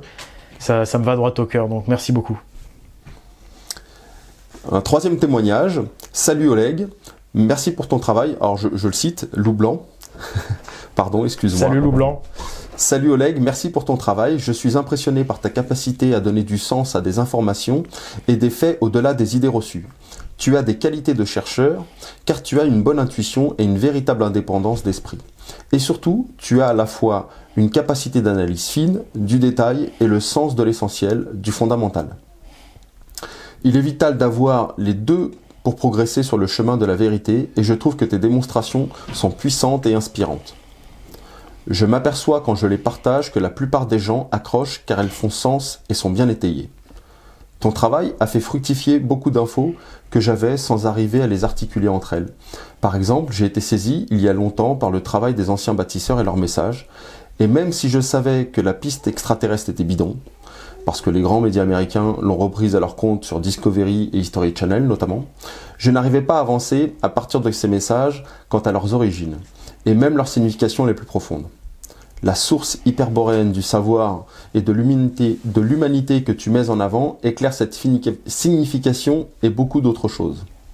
Elle explique par exemple la volonté d'éradication des Blancs par les élites orientalisées, et donc la volonté de dissimuler notre véritable histoire et la philosophie des anciens bâtisseurs qui consiste à diffuser les savoirs fondamentaux pour véritablement faire montrer le niveau général de connaissance et favoriser l'émancipation et l'autonomie. Clairement, une philosophie incompatible avec le contrôle et la domination. Bah tout à fait, Loup Blanc, merci pour ton témoignage. C'est une très belle analyse que tu as fait. Peut-être des talents pour rédiger des articles, hein, pourquoi pas. En plus, j'ai vu que tu m'avais fait aussi une remarque juste après. Bon, j'ai coupé. Tu disais que je laissais des fois des fautes d'orthographe. Et c'est vrai, de temps en temps, c'est un peu mon péché mignon. Parce que je m'intéresse pas aux apparences, mais que le fond des choses. Et je dois dire à ce sujet que l'allemand ancien ne tenait pas compte de l'orthographe. Parce que ce qui compte, c'est d'abord le sens des choses, le fond des choses. Fin de la parenthèse, ton analyse est très bonne. Donc, comme je disais, c'est effectivement cette tradition, c'est quelque chose pour nous désenvoûter, pour nous délaver le cerveau, parce qu'on nous lave le cerveau, mais à un point incroyable. Et cette tradition permet d'avoir des humains pleins, entiers et émancipés. Donc, ouais, t'as mis le doigt dessus. Et donc, n'hésite pas, Loup Blanc, à venir, pourquoi pas, écrire des articles. Voilà. Et merci pour ton témoignage. Alors, là, on va parler du problème de l'ostracisation, du déréférencement de mes vidéos, voilà, de la discrimination, du harcèlement que je subis, de la sourde violence et fourbe violence que je subis. Je peux vous le dire, là, ils font tout ce qu'ils peuvent pour venir me parasiter, m'approcher, me faire du mal. Ça, c'est clair. Mes potes qui sont modérateurs pourraient en témoigner. Mais bon, c'est logique et je vais pas jouer ma victime. Quand la personne qui retrouve les secrets du Vatican, quand quelqu'un arrive à retourner à la cause des causes, bah ce messager-là, il faut le détruire, quoi. Parce que le message que je ramène, c'est une explosion spirituelle et psychologique. C'est un boom dans les consciences, c'est un enchantement. Donc évidemment, ce message-là, pour le tuer, c'est plus facile de tuer le messager. Voilà, donc c'est pour ça qu'il m'attaque moi. C'est le revers de la médaille. Mais quand même, c'est intéressant. Regardez, vous allez sur Google ou sur YouTube, vous tapez Oleg de Normandie, par exemple, sur Google. Tapez Oleg de Normandie. Vous allez vous apercevoir qu'il n'y a aucune de mes chaînes qui apparaît sur la première page. Aucune. C'est des chaînes bidonnées. Ils ont piqué des vidéos à moi et ils ont créé des fausses chaînes avec mes vidéos, ce qui est interdit. Et ils ont réussi à se faire référencer en premier. Pour que les gens qui s'intéressent à moi, ils tombent juste sur une chaîne bidon qui fait que ça fait pas des vues pour ma chaîne déjà, et qui fait que justement mon référencement Google, il est pourri. Parce que du coup, quand on tape Oleg de Normandie, on tombe sur des fausses chaînes, et les gens, du coup, ils ont pas l'intégralité de mon message, ils vont avoir juste une vidéo, et ma chaîne, du coup, la vraie chaîne, elle est aux oubliettes. Ce qui fait que les gens peuvent pas être informés de l'actualité, ils tombent sur des vidéos d'il y a 3 ans, et ils ont fait, je sais pas combien de fausses chaînes de moi, donc c'est illégal, c'est du vol. Mais quand tu tapes Oleg de Normandie sur YouTube, tu tombes sur eux. Et sur Google. Et sur YouTube, c'est pareil. Tapez le message des pyramides dans YouTube, vous tombez pas sur ma vidéo. Si vous voulez tomber sur ma vidéo, il faut rajouter Oleg, peut-être juste Oleg, ça suffit, ou Oleg de Normandie. C'est incroyable, c'est abusé. C'est vraiment, ils ont employé des grands moyens, je sais même pas comment il faut faire pour faire tout ça, tu vois. Mais je peux te dire qu'ils dépensent énormément de temps et d'argent pour me faire du mal. Je peux te dire qu'ils ont fait dépenser des budgets énormes pour créer des fausses chaînes qui font des vidéos qui sont des faux. Il y a le fameux connard là que j'avais remis à sa place sur Facebook. Abonnez-vous à la page Facebook, Pagan Hyperboréen. Qui s'amusait à faire des faux, à dire ouais, j'ai découvert ça, regardez les alignements entre Stonehenge et machin, il y a tant. Et en fait, tu t'aperçois que ce qu'il dit, c'est à dormir debout et ça marche pas, mais ça paraît vrai. Putain, mais il a fait des vidéos entières de faux juste pour que quand les gens font des recherches, il n'y ait que du faux sur Internet et juste pour qu'on tombe pas sur mes vidéos. Combien ça doit coûter? Alors, le coût d'une vidéo YouTube, c'est ce que je disais là. Je sais pas si c'est avant ou après dans la vidéo, on verra au montage. Quand vous voyez combien il a coûté le film qu'ils ont fait là, Hold Up, ils ont demandé 200 000 € les gars pour faire le film qu'ils ont fait. Vous avez vu combien moi j'ai demandé pour le message des pyramides? J'ai rien demandé. Regardez la différence entre les deux films. Dites-moi celui que vous préférez et surtout regardez la qualité technique. Vous allez voir que techniquement c'est le même niveau. Voilà, on est dans le même monde. Donc vous comprenez premièrement que moi je fais un travail exceptionnel parce que mes vidéos sont gratuites, hein, et que une vidéo ça coûte extrêmement cher. Donc le message des pyramides ça aurait dû coûter, d'après ce que j'en crois, quelques centaines de milliers d'euros, d'après eux. Donc vous imaginez la valeur que j'ai. Je suis capable de produire des vidéos qui valent des centaines de milliers d'euros, mais gratuitement. Vous voyez ce que je veux dire? Et donc eux, par contre, ils produisent des faux comme ça. Donc là, forcément, ils payent les gens parce que c'est pas marrant de produire des faux, quoi. Ça doit être déprimant même de produire des faux. Donc ils doivent être payés les mecs. Donc t'imagines combien de milliers d'euros ils dépensent pour produire des faux, pour me déréférencer, pour envoyer des agents. Là, ils nous ont encore envoyé un agent là il y a pas longtemps. Et ils continuent. Il y en a tout le temps en veille. Ils les payent ces gens-là. Ils les payent. Il y a des gens, c'est des pourris. Hein. Il y a au moins entre 1 et 5% de pervers narcissiques hein, dans cette population. Donc ça fait énormément de gens hein, et donc il y a toujours quelqu'un pour nous pourrir la vie, pour me pourrir la vie. Ils dépensent des fortunes, ils dépensent énormément d'argent pour me faire taire. Ça, faut que vous en soyez conscients.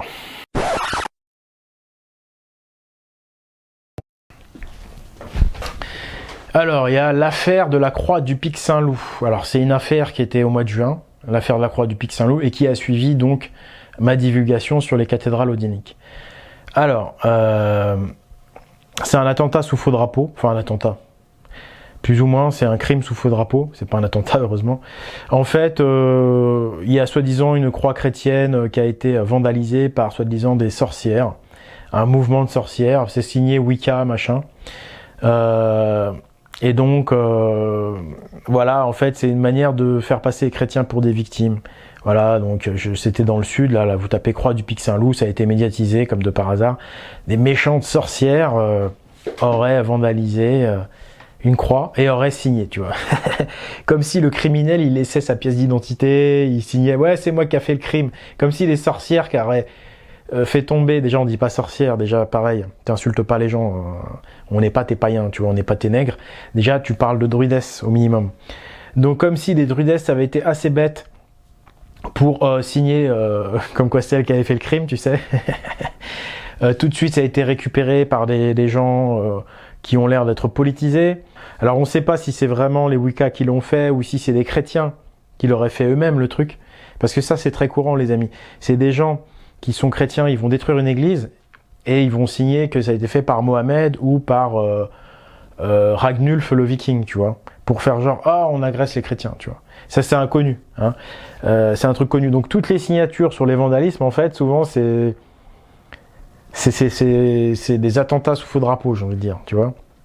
Et là, ce qui est intéressant avec cette affaire de la Croix du Pic Saint-Loup, c'est comme de par hasard, c'est récupéré par Égalité et Réconciliation de Soral. Il suffit de voir les commentaires à honteux de R, comme quoi, ouais, salope de sorcières, faut les brûler sur des bûchers. Voilà ce qu'ils ont commenté. ER, qui sont normalement estampillés complotistes, c'est-à-dire c'est les premiers à dénoncer les attentats sous faux drapeau. C'est les premiers à dire que quand un crime est commis au nom de quelqu'un, en fait, c'est bien souvent ce quelqu'un agit sous fausse identité, parce qu'au final, à qui profite le crime? Tu vois, c'est toujours ça, en fait, la question clé, c'est à qui profite le crime? Donc là, ce crime qui profite aux chrétiens, et sur ER, soi-disant des gens réfléchis, tout ça, qui démasquent les complots, c'était que des sale sorcière, faut qu'elle brûle. Regardez comment Égalité et Réconciliation est devenue en quelques années une officine de néo-inquisiteurs au service du système. Mais alors attention, eux, ils clament haut et fort qu'ils sont résistants au nouvel ordre mondial. Oui, mais ça doit être le nouvel ordre mondial en chocolat alors, hein, c'est pas le même. Regardez, ils incitent à restaurer la Sainte Inquisition, comme Papacito. Voilà, ils disent qu'il faut garder du bois pour faire des bûchers pour les sorcières. Moi, quand je les ai quittés, il y a 8 ans, les gens, ils réfléchissaient chez ER. On se posait des questions. Là, plus du tout. Ils se réapproprient Notre-Dame. Ils pensent que Notre-Dame, l'incendie, c'est quelque chose de christianophobe. Alors qu'en réalité, c'est un incendie anti-odinique, anti-gallo-viking. Parce que oui, mes amis, les sorcières, en fait, ça s'appelle des druidesses, des Alwyn, quand on connaît l'histoire et quand on les respecte. Et ce sont ces sorcières, entre guillemets, qui ont financé les cathédrales Notre-Dame. Et les cathédrales Notre-Dame sont dédiées à ces sorcières. Et ouais, bande de nigauds. Et là, vous, les résistants au système, vous reprenez une affaire dans laquelle on a la croix qui est restaurée en grande pompe par un hélicoptère, relayé par le Parisien, relayé par tous les médias nationaux. Et vous pensez que vous, les chrétiens, vous résistez au système, vous résistez au NOM, alors que vous faites la une du Parisien? Bande de rigolos. Vous êtes devenus des néo-inquisiteurs. Vous êtes devenus peut-être même les pires laquais du système, ceux qui vont allumer les bûchers. Donc là, on voit le vrai visage de R, c'est-à-dire des membres de la secte judéo-chrétienne. Pour finir avec ces histoires de censure, et puis de censure promotionnelle. Parce qu'il y en a, ils vont me dire, ouais, mais Oleg aussi, tu dis que voilà, eux, c'est des chrétiens et que c'est eux, le NOM et tout. Mais regarde, Soral, Dieudonné, ils ont été censurés, machin et tout, ils ont plus de chaîne sur YouTube et tout. Ok, je suis d'accord. Sauf que pour moi, là aussi, c'est plus ou moins de la censure promotionnelle. Parce que ceux qui ont dénoncé les jésuites en premier, c'est les brigandes, d'accord? Avec des chansons comme le Ragez, des chansons qui en disent long. Et les brigandes, ils ont été censurés largement avant Soral et Dieudonné, alors que les brigandes faisaient beaucoup moins d'audimat, étaient beaucoup moins connus. Donc ça, c'est quand même bizarre. Et la censure de Soral et Dieudonné intervient à un moment où ça les arrange, où ils sont plus très crédibles. À un moment où justement j'ai commencé à l'ouvrir, moi, contre San Giorgio et contre tous ces gens-là, toute cette clique de fascistes, soi-disant pour la bonne cause. Alors Oleg, je ne sais pas si tu es au courant, mais l'EDA va être republiée par Égalité et Réconciliation, par Alain Soral. Ouais, c'est ce que j'ai appris, j'étais sur le cul. Donc Soral va republier l'EDA. Alors, ne sautez pas au plafond, bien au contraire, c'est la réaction du système, c'est la stratégie du système, c'est récupérer les Vikings en les travestissant au maximum. Je rappelle donc que ce que je disais, je me suis lancé sur Internet justement parce que Soral ne voulait surtout pas parler ni des Gaulois ni des Vikings. J'ai même fait une vidéo en 2017 et encore après en 2018 pour justement le dire publiquement. Ça avait fait plus de 100 000 vues. On dit Soral ne veut pas en parler, c'est pas normal, j'ai dû le faire moi-même. Il a continué d'ignorer. Et là, fin 2020, maintenant que ça y est, la vérité des pyramides, la vérité des cathédrales, je l'ai donnée. Là, le système se dit, il faut qu'on se réapproprie ça. Et donc Soral, là, il joue, cet enfoiré qui me crachait dessus, j'ai envie de dire, qui m'ignorait totalement quand j'étais à l'intérieur. Quand moi, je voulais parler des Vikings chez Soral, et que j'étais personne, j'avais pas du tout de nom, rien. En 2013, il m'a envoyé chier, quoi. En gros, va te faire foutre avec tes Vikings.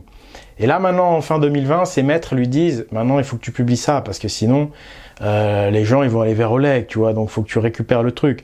Sauf qu'il va nous faire, et déjà, la publication qu'il a faite, c'est une publication romaine. C'est un jésuite qui a écrit ça, la traduction doit être complètement fallacieuse. D'ailleurs, ils te disent dans la préface que l'EDA descend de la logique romaine, de la logique biblique. Donc, tu vois, tout est dit. C'est la stratégie du système qui est de récupérer les Vikings en les travestissant.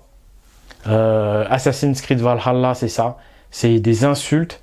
C'est mettre du poison dans ce qu'est l'identité viking, leur culture. C'est les transformer en voyous alors que c'était les chevaliers. Donc c'est vraiment dégueulasse ce qu'il fait. Et c'est pour ça que nous aussi, à l'Esprit Viking, on va republier l'EDA de Snorri. Parce qu'il est intolérable de laisser l'ennemi faire des mauvaises publications, des publications traduites par les talmudistes. Je rappelle qu'on a déjà publié ça. Ça, c'est l'EDA partie poétique, il y a deux parties. C'est le principal de l'EDA poétique, il est là, vous l'avez là, aux éditions Esprit Viking, avec des traductions correctes, les miennes, pas des traductions fallacieuses. Et puis, vous aurez donc l'EDA de Snorri, qui est un gros bloc qui va... On va pas vous donner de date tout de suite, mais là on y travaille, ça y est, on a lancé le projet. Donc sonnette d'alarme, le système a vraiment décidé de réagir par rapport au message des pyramides, par rapport aux cathédrales odiniques. Et donc ils ont décidé de parler des Vikings. Donc c'est bonne nouvelle, c'est-à-dire que mon travail a un impact. Mauvaise nouvelle, ils nous travestissent. Ils nous font passer pour des gens qui font des sacrifices humains, etc. Pour des gens avides de sang, pour des voyous. C'est évidemment archi faux. Et il va falloir lutter contre ça. C'est très grave ce qu'ils font. Donc on republie les dates. Et voilà. C'est parti pour le combat pour la vérité. Donc vous pouvez venir aider aussi. Alors j'aimerais qu'on approfondisse un sujet, notamment au sujet de la Déclaration des droits de l'homme. Qu'est-ce que tu peux nous dire à ce sujet ? Alors, la Déclaration des droits de l'homme par rapport au Linky. Alors le Linky, il y en a qui connaissent, ceux qui s'intéressent à tout ce qui est hygiène de vie, santé, par exemple Thierry Casanova. Le Linky, on va dire, c'est ce qui est avant la 5G, c'est le compteur EDF qui peut permettre à EDF de vous surveiller chez vous, parce qu'il est raccordé au réseau et à un réseau avec des ondes. Donc ça, c'est pas très bon pour la santé, mais aussi, il faut dire que bon, il y a les courants porteurs, ça pollue. En gros, ça crée également une pollution électromagnétique dans les prises de courant. Ça crée une pollution. Bon, pour la santé, c'est pas terrible. Et en plus, ils surveillent. Ils peuvent surveiller. Ils peuvent savoir quand est-ce que tu allumes ton frigo, quand est-ce que tu l'éteins, etc. Et donc, voilà, par rapport aux droits de l'homme, pourquoi j'avais envie de parler des droits de l'homme par rapport au Linky ? Mais c'est tout bête. En fait, il faut arrêter de se laisser laver le crâne. Il faut simplement regarder les choses dans la vie réelle. Moi, en fait, j'étais directement concerné par ça. Tous mes voisins me disaient « Ouais, tu vas être obligé de mettre le Linky, c'est obligatoire, c'est comme ça, et puis c'est tout. » Ça, pendant des années, on nous a dit ça. Et puis là, ça a commencé à changer. Là, les gens disaient « Ouais, mais si tu mets pas le Linky, ils vont te le faire payer après, même si c'est pas forcément trop obligatoire. Vaut mieux le mettre, un jour ce sera obligatoire, sinon c'est payant. » Bon, déjà, là, le discours, il avait changé.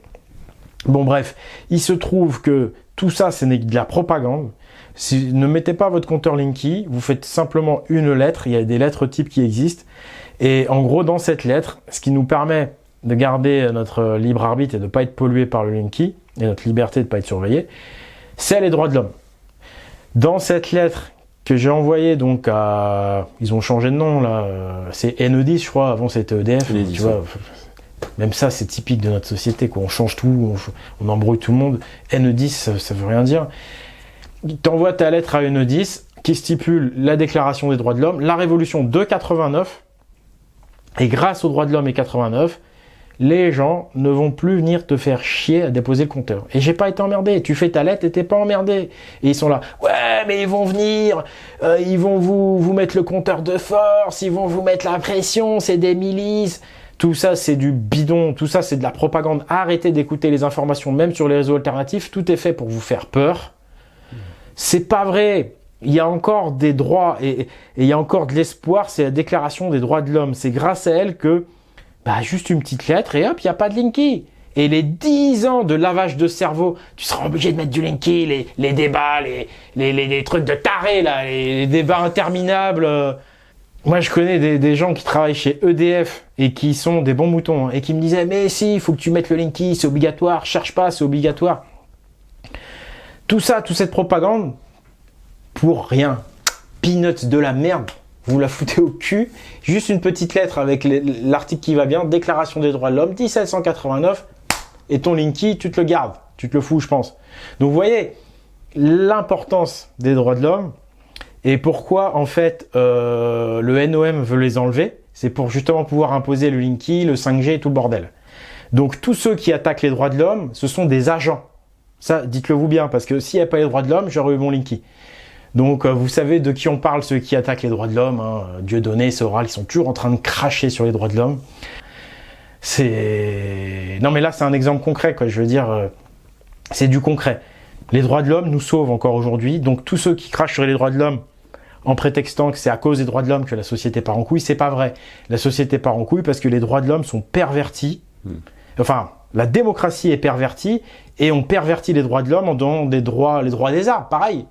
Le droit des arbres qui veulent faire pour interdire les sapins de Noël. Moi, c'est pareil. Du coup, moi qui suis odinique, qui est attaché au sapin de Noël, je vais dire quoi? Je vais dire que c'est à cause des droits de l'homme qu'on interdit les sapins de Noël.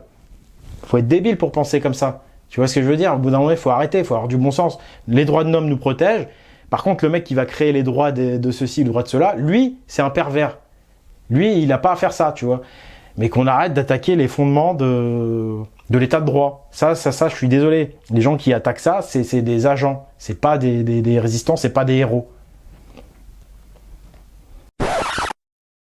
Alors Oleg, moi qui suis un petit peu ce qui se passe un petit peu sur les réseaux sociaux et sur Internet, j'ai vu quelques critiques notamment concernant ton film Le Message des Pyramides, des critiques notamment liées à la qualité que tu as produit, à la qualité du film Les Messages des Pyramides, et moi ça me ramène un petit peu à m'amener des questions sur l'origine des financements des films participatifs notamment, et la comparaison qu'on pourrait faire avec le film Hold Up, qui lui aussi est sous le feu des critiques, mais qui n'est pas le même contenu, c'est pas le même message qui est divulgué dedans. Donc qu'est-ce que tu peux nous dire à ce sujet-là? Ouais, et puis c'est pas du tout le même budget aussi. Le film Hold Up, c'est un film à 200 000 € de budget, et c'est un film qui devait être vendu à la base. Donc, quand tu vois le contenu du film Hold Up, techniquement, c'est pas transcendant. Quand tu vois effectivement mon film Le Message des Pyramides, le financement, en fait, il n'y en a pas eu. En fait, on va dire que je m'appuie sur le Tipeee que j'ai régulièrement, donc environ 400 €, 500 € par mois. Voilà, ça c'est le financement participatif qui a permis de faire Le Message des Pyramides. Donc il est évident que c'est pas, comme j'avais dit, techniquement un film de haut niveau. Mais quand vous regardez le film Hold Up, alors lui sur le plan du contenu, c'est très très bien ce film, c'est très bien de sensibiliser les gens. Mais après effectivement sur le plan du technique pur, 200 000 € pour faire ça, je vous invite à comparer Le Message des Pyramides techniquement avec le Hold Up techniquement. Techniquement Hold Up, je suis désolé, c'est pas transcendant. J'aurais pu le monter. Je vous le dis franchement. Regardez bien, c'est le même niveau de montage que je fais. Moi, je fais ça pour 500 € par mois. J'ai fait ça en un mois le film, j'ai en gros 500 € de financement. Eux, ils ont pris 200 000 et derrière, ils voulaient le vendre. Donc, posez-vous aussi les bonnes questions. Ça, c'est important de comprendre ça. Donc, pour répondre à ceux qui critiquent le film Le Message des Pyramides, en termes de contenu, moi, ce que j'apporte, c'est des choses qui ne sont plus connues depuis des siècles. Là, j'ai cambriolé la bibliothèque du Vatican. Donc j'ai envie de dire, l'apparence, on s'en fout, quoi. Parce ce qui est important, c'est le message. Voilà.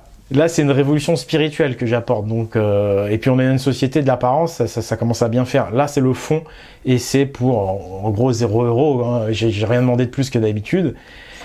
Donc j'ai presque envie de dire, par rapport à ce qu'ils ont fait, eux, au nom de la vertu, à vous de comparer, quoi. Vous regardez les deux films, ce que ça vous apporte, le contenu. Il y en a un, il a 200 000, l'autre à 0. Bon, voilà, moi c'est ce que je répondrais à ceux qui critiquent Le Message des Pyramides, quoi. Bonjour, alors moi c'est Philippe, j'ai 39 ans, j'habite en Île-de-France. Que pensez-vous du travail de Oleg de Normandie? Alors pour moi, Oleg de Normandie a réalisé un travail colossal sur différents aspects. Donc le premier, c'est sur le plan, je dirais, historique, où il a débunké un très grand nombre de faits, des vérités qui étaient cachées, qui nous ont permis de nous reconnecter avec la tradition de nos ancêtres. Le deuxième, qui est intimement lié, qui est sur le plan, je dirais, spirituel, il a donné du sens à tout un tas de mythes et de faits, justement hérités de nos ancêtres. Et je dirais, pour terminer, que son travail, au-delà d'être historique, est un travail vertueux. Et c'est un message de générosité et d'amour. C'est vraiment comme, je dirais, un message des temps obscurs qui permet d'illuminer nos cœurs. Au-delà de tout ce qu'il produit, je pense que c'est vraiment ce qu'il représente. Il incarne ce messager qui arrive dans les temps obscurs pour porter un message de vérité.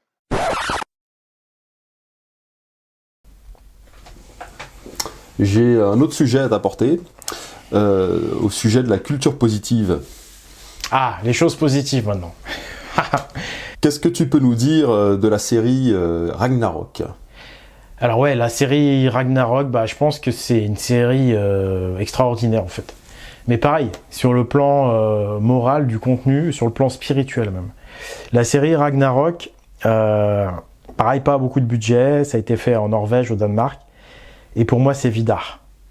Donc pour ceux qui connaissent la narration de la mythologie nordique, Vidar c'est l'as silencieux, c'est celui qui se bat mais en silence. Pourquoi en silence ? Parce que les inquisiteurs vont le buter.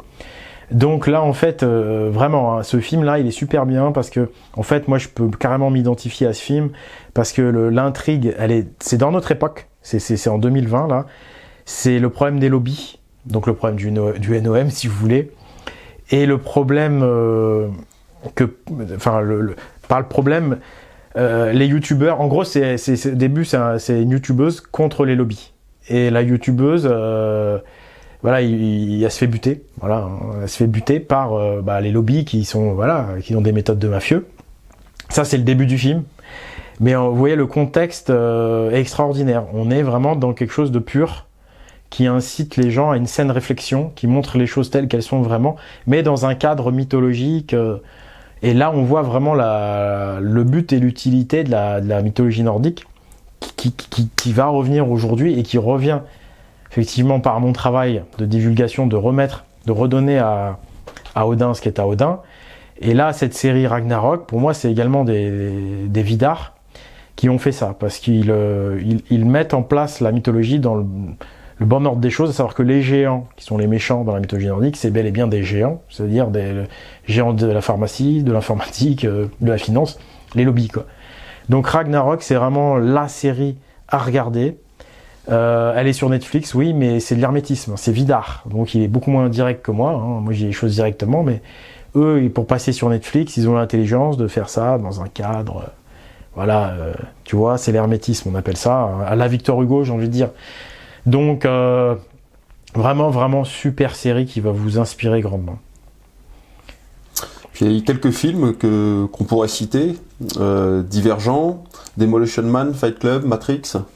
Ouais, alors là tu m'as sorti les 4 films, je pense qu'il faut pas hésiter à re-regarder si vous les avez pas vus, parce que pareil, en fait, déjà on se sent moins seul en tant que personne consciente, et surtout ça nous inspire, ça nous donne du baume au cœur, ça nous donne du courage, et aussi je vous invite à faire regarder ça à votre entourage qui est pas encore forcément très éveillé, parce qu'il y a beaucoup de rapprochements à faire, et là on est sur des gros films, C'est des films qui ont été faits il y a 20-30 ans pour certains, mais qui sont en gros d'actualité. Demolition Man, c'était il y a 25 ans, mais en fait le mec il a pu le sortir il y a 25 ans, mais aujourd'hui il pourrait plus, quoi.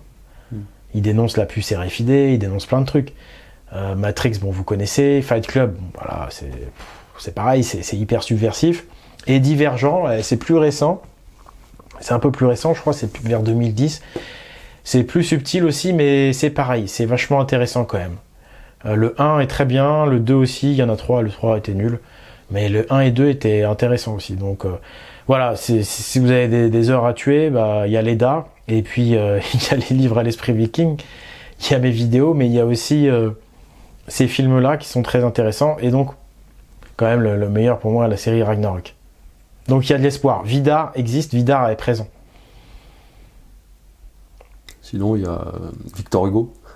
Et donc Victor Hugo, voilà. Ouais, tout à fait. Relire Victor Hugo, Notre-Dame de Paris. Maintenant que vous avez vu mes vidéos, vous allez lire le roman d'une autre façon. Vous allez voir, vous allez comprendre en fait ce qu'il veut dire. Donc, et à mon avis, Victor Hugo, j'en parlerai sûrement l'année prochaine parce qu'il y a beaucoup de choses à dire. Il était officiellement druidiste, entre guillemets. C'est... Le terme odinique est de loin le plus subversif et il vaut mieux le mettre loin parce que là on est vraiment boum. Donc, mais déjà d'avoir réussi à dire qu'il était druidiste, c'était déjà bien. Quand on sait ce que c'est que le vrai druidisme du Moyen-Âge en France, c'est-à-dire un odinisme en fait. Bref, on en reparlera. Donc Moi, je vais demander tout de suite à un bâtisseur traditionnel, à un tailleur de pierre qui a fait l'école des compagnons, donc un mec du métier, quoi. Un mec qui connaît la méthode à l'ancienne, traditionnelle.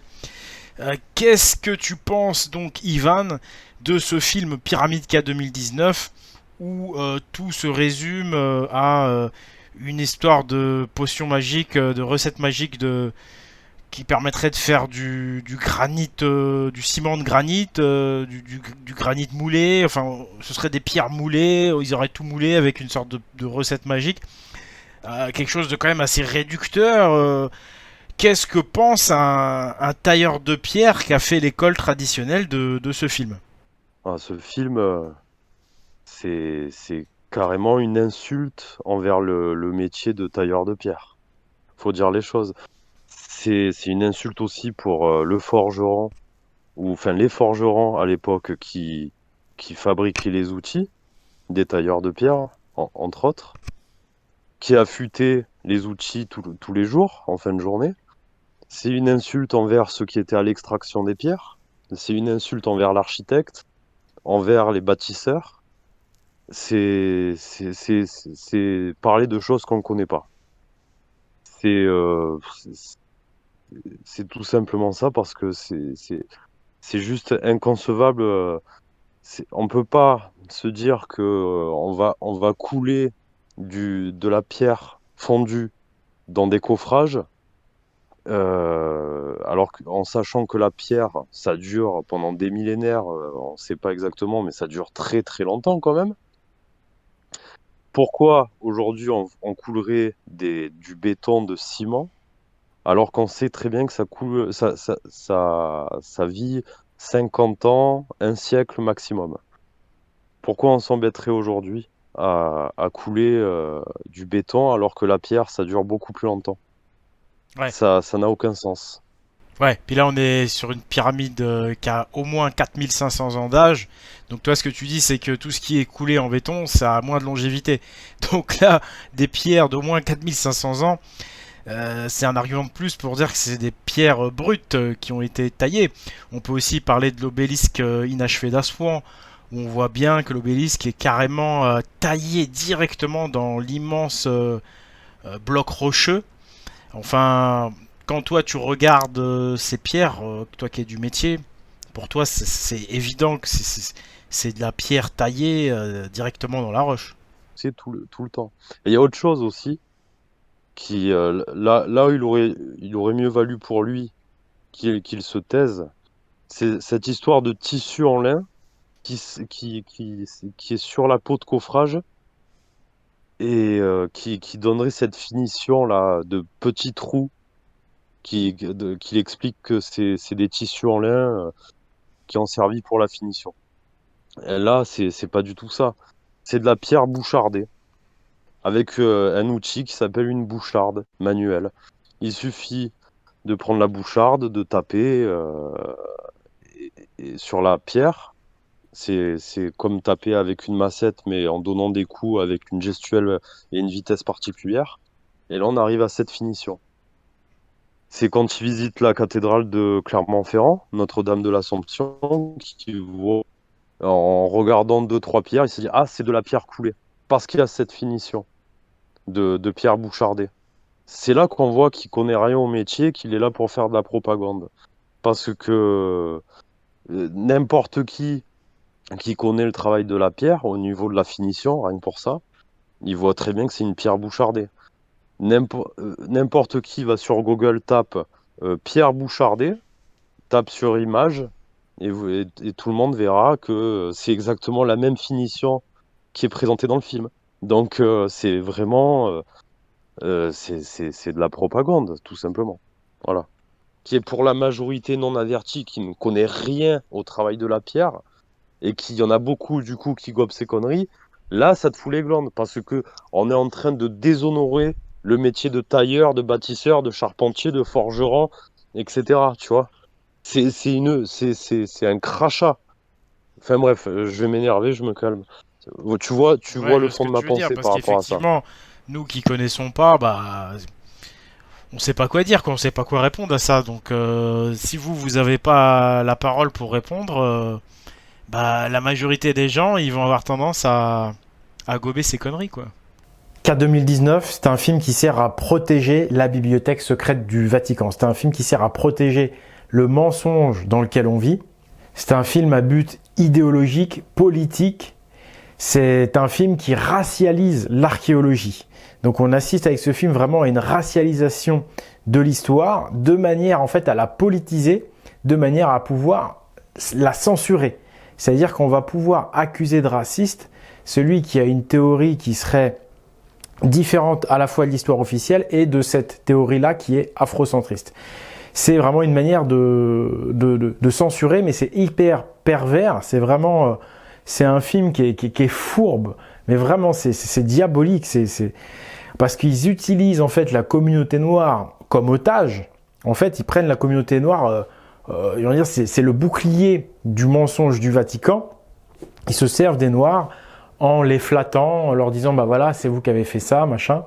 Mais en fait, c'est juste pour protéger le mensonge vaticanesque dans lequel on vit. C'est un film qui est anti-occidental, parce qu'on sait maintenant que ces pyramides d'Égypte représentent un Valknut. On sait que ces pyramides d'Égypte, c'est un temple druido-odinique de l'ancienne religion gallo-viking. Donc quand on sait ça, on est d'autant plus agacé. Donc on voit vraiment que la matrice du Vatican, le système, c'est une matrice fondamentalement anti-occidentale. C'est un film qui a fait plusieurs millions de vues en quelques mois sur YouTube. C'est un film qui a été fortement promu, à comparer à mon film Le Message des Pyramides, qui lui a eu très peu de visibilité. Donc malheureusement, la vérité des choses, on la cache, et puis les mensonges, on les met droit dans la figure des gens. Et ce film est vraiment là pour racialiser l'histoire et l'archéologie, et donc accuser de racistes ceux qui ne seraient pas d'accord, et donc censurer la vérité des choses. Une deuxième question de Myriam. Comment aider ou participer pour faire avancer la vérité? Alors, tous les gens qui veulent aider, moi je leur dis, là on arrive à un stade où effectivement vous pouvez venir nous aider à l'intérieur de la structure, mais honnêtement c'est assez limité, parce que toute structure qui se développe trop finit par être pourrie de l'intérieur, c'est ce que je disais. Donc, par qui vous savez. Donc le mieux en fait, si vous voulez aider, c'est de vous-même devenir producteur, créateur. On a besoin de gens qui rédigent des articles, on a besoin de gens qui font des visuels pour Facebook ou pour, vous voyez, une image associée à une idée, un peu d'humour, ou quelque chose qui provoque un petit peu, qui fait passer un message. Ça, c'est des choses simples. On n'a pas besoin forcément d'un youtubeur qui fait des vidéos, mais on a besoin de tout ce qu'il y a autour. Développer le site internet, développer plein de choses. Après, si des gens veulent se lancer sur YouTube, qu'ils n'hésitent pas. Si je vois que le travail que vous faites est bien, peut-être qu'un jour je vous relayerai. Mais attention, c'est pas des garanties. D'ailleurs, c'est un milieu qui est très compliqué, parce qu'il est évident qu'il y a des agents qui risquent aussi de vouloir s'infiltrer dans la brèche. Mais on arrive à un stade où il y a tellement de choses à développer. J'ai envie de dire aux gens, commencez à vous-même à faire des trucs, et quand vous venez nous voir, vous pouvez venir nous voir grâce donc à l'association Pagan, et notamment grâce à la communauté Discord.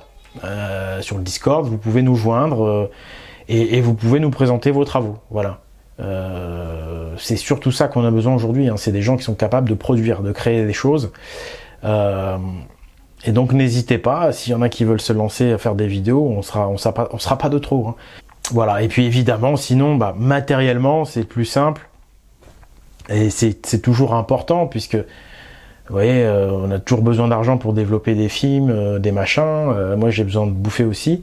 Donc, vous pouvez m'aider sur le Tipeee, et vous pouvez aider l'association, la structure, en faisant des dons ou en y adhérant. Voilà, adhérer à l'association, ce qui va nous permettre de vivre. Là, cette vidéo, on l'a fait aussi grâce à la structure associative. Hein, donc, voilà. Pour synthétiser tout ça, je vous dirais, écoutez les gars. Voilà, j'ai ramené la semence de la tradition, il n'y a plus qu'à la faire fleurir maintenant. prenez un bout de cette semence et allez vous aussi la répandre de manière à faire un maximum d'arbres. Mais surtout, il faut protéger cet arbre. Donc, devenez actif, devenez proactif.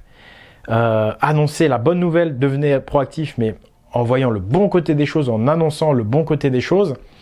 Et puis, ce que vous pouvez faire, c'est tout simplement faire ce qui était prévu par nos sages ancêtres et retourner au modèle de société de base. C'est vraiment retourner à la vie réelle. Votre militantisme, vous pouvez le faire effectivement sur les réseaux sociaux, mais vous devez aussi le faire, et c'est là pour moi, c'est vraiment là que ça va se jouer, sur le terrain.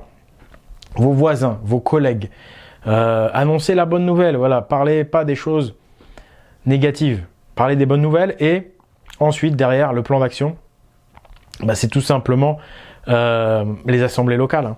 C'est-à-dire se réapproprier nos églises. Les églises romanes gothiques sont les nôtres, et ce sont des églises qui sont faites pour faire des assemblées démocratiques.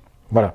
Donc, reprendre le contrôle de sa vie, reprendre le contrôle au niveau local, dans les petits villages, commencer à conscientiser que ces églises, peut-être bien que c'est une église qui est druido-odinique. Et si c'est une église druido-odinique, c'est la vôtre. C'est celle de la justice, de la vérité, de la démocratie. C'est celle des philosophes. D'accord ? C'est des églises qui ont été récupérées au XVIe pendant l'Inquisition, mais c'est des églises qui étaient dédiées autrefois au dialogue, à la démocratie locale. Donc, prévenez Étienne Chouard aussi. Ce serait intéressant que vous préveniez Étienne Chouard, parce que en fait, là, on a trouvé ce qu'il recherche depuis toujours, ce qu'il trouve chez les Grecs et qui est en fait chez les Gaulois. Parce qu'en fait, tout ce qui est gaulois, comme je disais, tout ce qui est occidental, ça a été tellement détruit par l'Inquisition du Vatican qu'en fait on retrouve cette tradition occidentale uniquement en Grèce, chez les Grecs, tout simplement. Mais c'était la même tradition, on va dire, chez nous. Donc voilà, les églises assemblées, ça c'est un truc fondamental à conscientiser. Église assemblée, la tradition, c'est le paradis en fait. Donc l'église du paradis, c'est les églises assemblées. Voilà, donc tout simplement devenez des messagers, changez de paradigme, rentrez dans une autre narration et croyez dans votre histoire, croyez dans votre destin comme j'ai cru au mien, qui était celui d'incarner Hermod le Hardi, plusieurs siècles après que Snorri ait écrit son Edda. C'est le point de commencement d'une nouvelle histoire et d'un grand changement. Donc maintenant, l'histoire est relancée et la balle est dans votre camp, chers amis. Pour 2021, l'objectif, c'est que Hermod il soit plus tout seul, quoi. Voilà, dites-vous que Oleg Hermod de Normandie, ça y est, il est revenu. Donc il a fait un boulot solitaire. J'ai fait 4 ans de boulot solitaire, mais là, sincèrement, je suis éprouvé. Je vous dis franchement. Et maintenant, il faut vraiment que 2021, ce soit vous qui vous mettiez en route. Merci Oleg, on a épuisé tous nos sujets pour ce nouveau format, donc je te remercie et peut-être à une prochaine. Écoute, de rien, je te remercie Viriat. Merci Fier Guerrier Celtibert pour ce partenariat fort fructueux. Et puis peut-être à une prochaine fois, après peut-être un Oleg Valhalla. En tous les cas, on se reverra au Valhalla, ça c'est sûr. Allez, ciao. Ciao.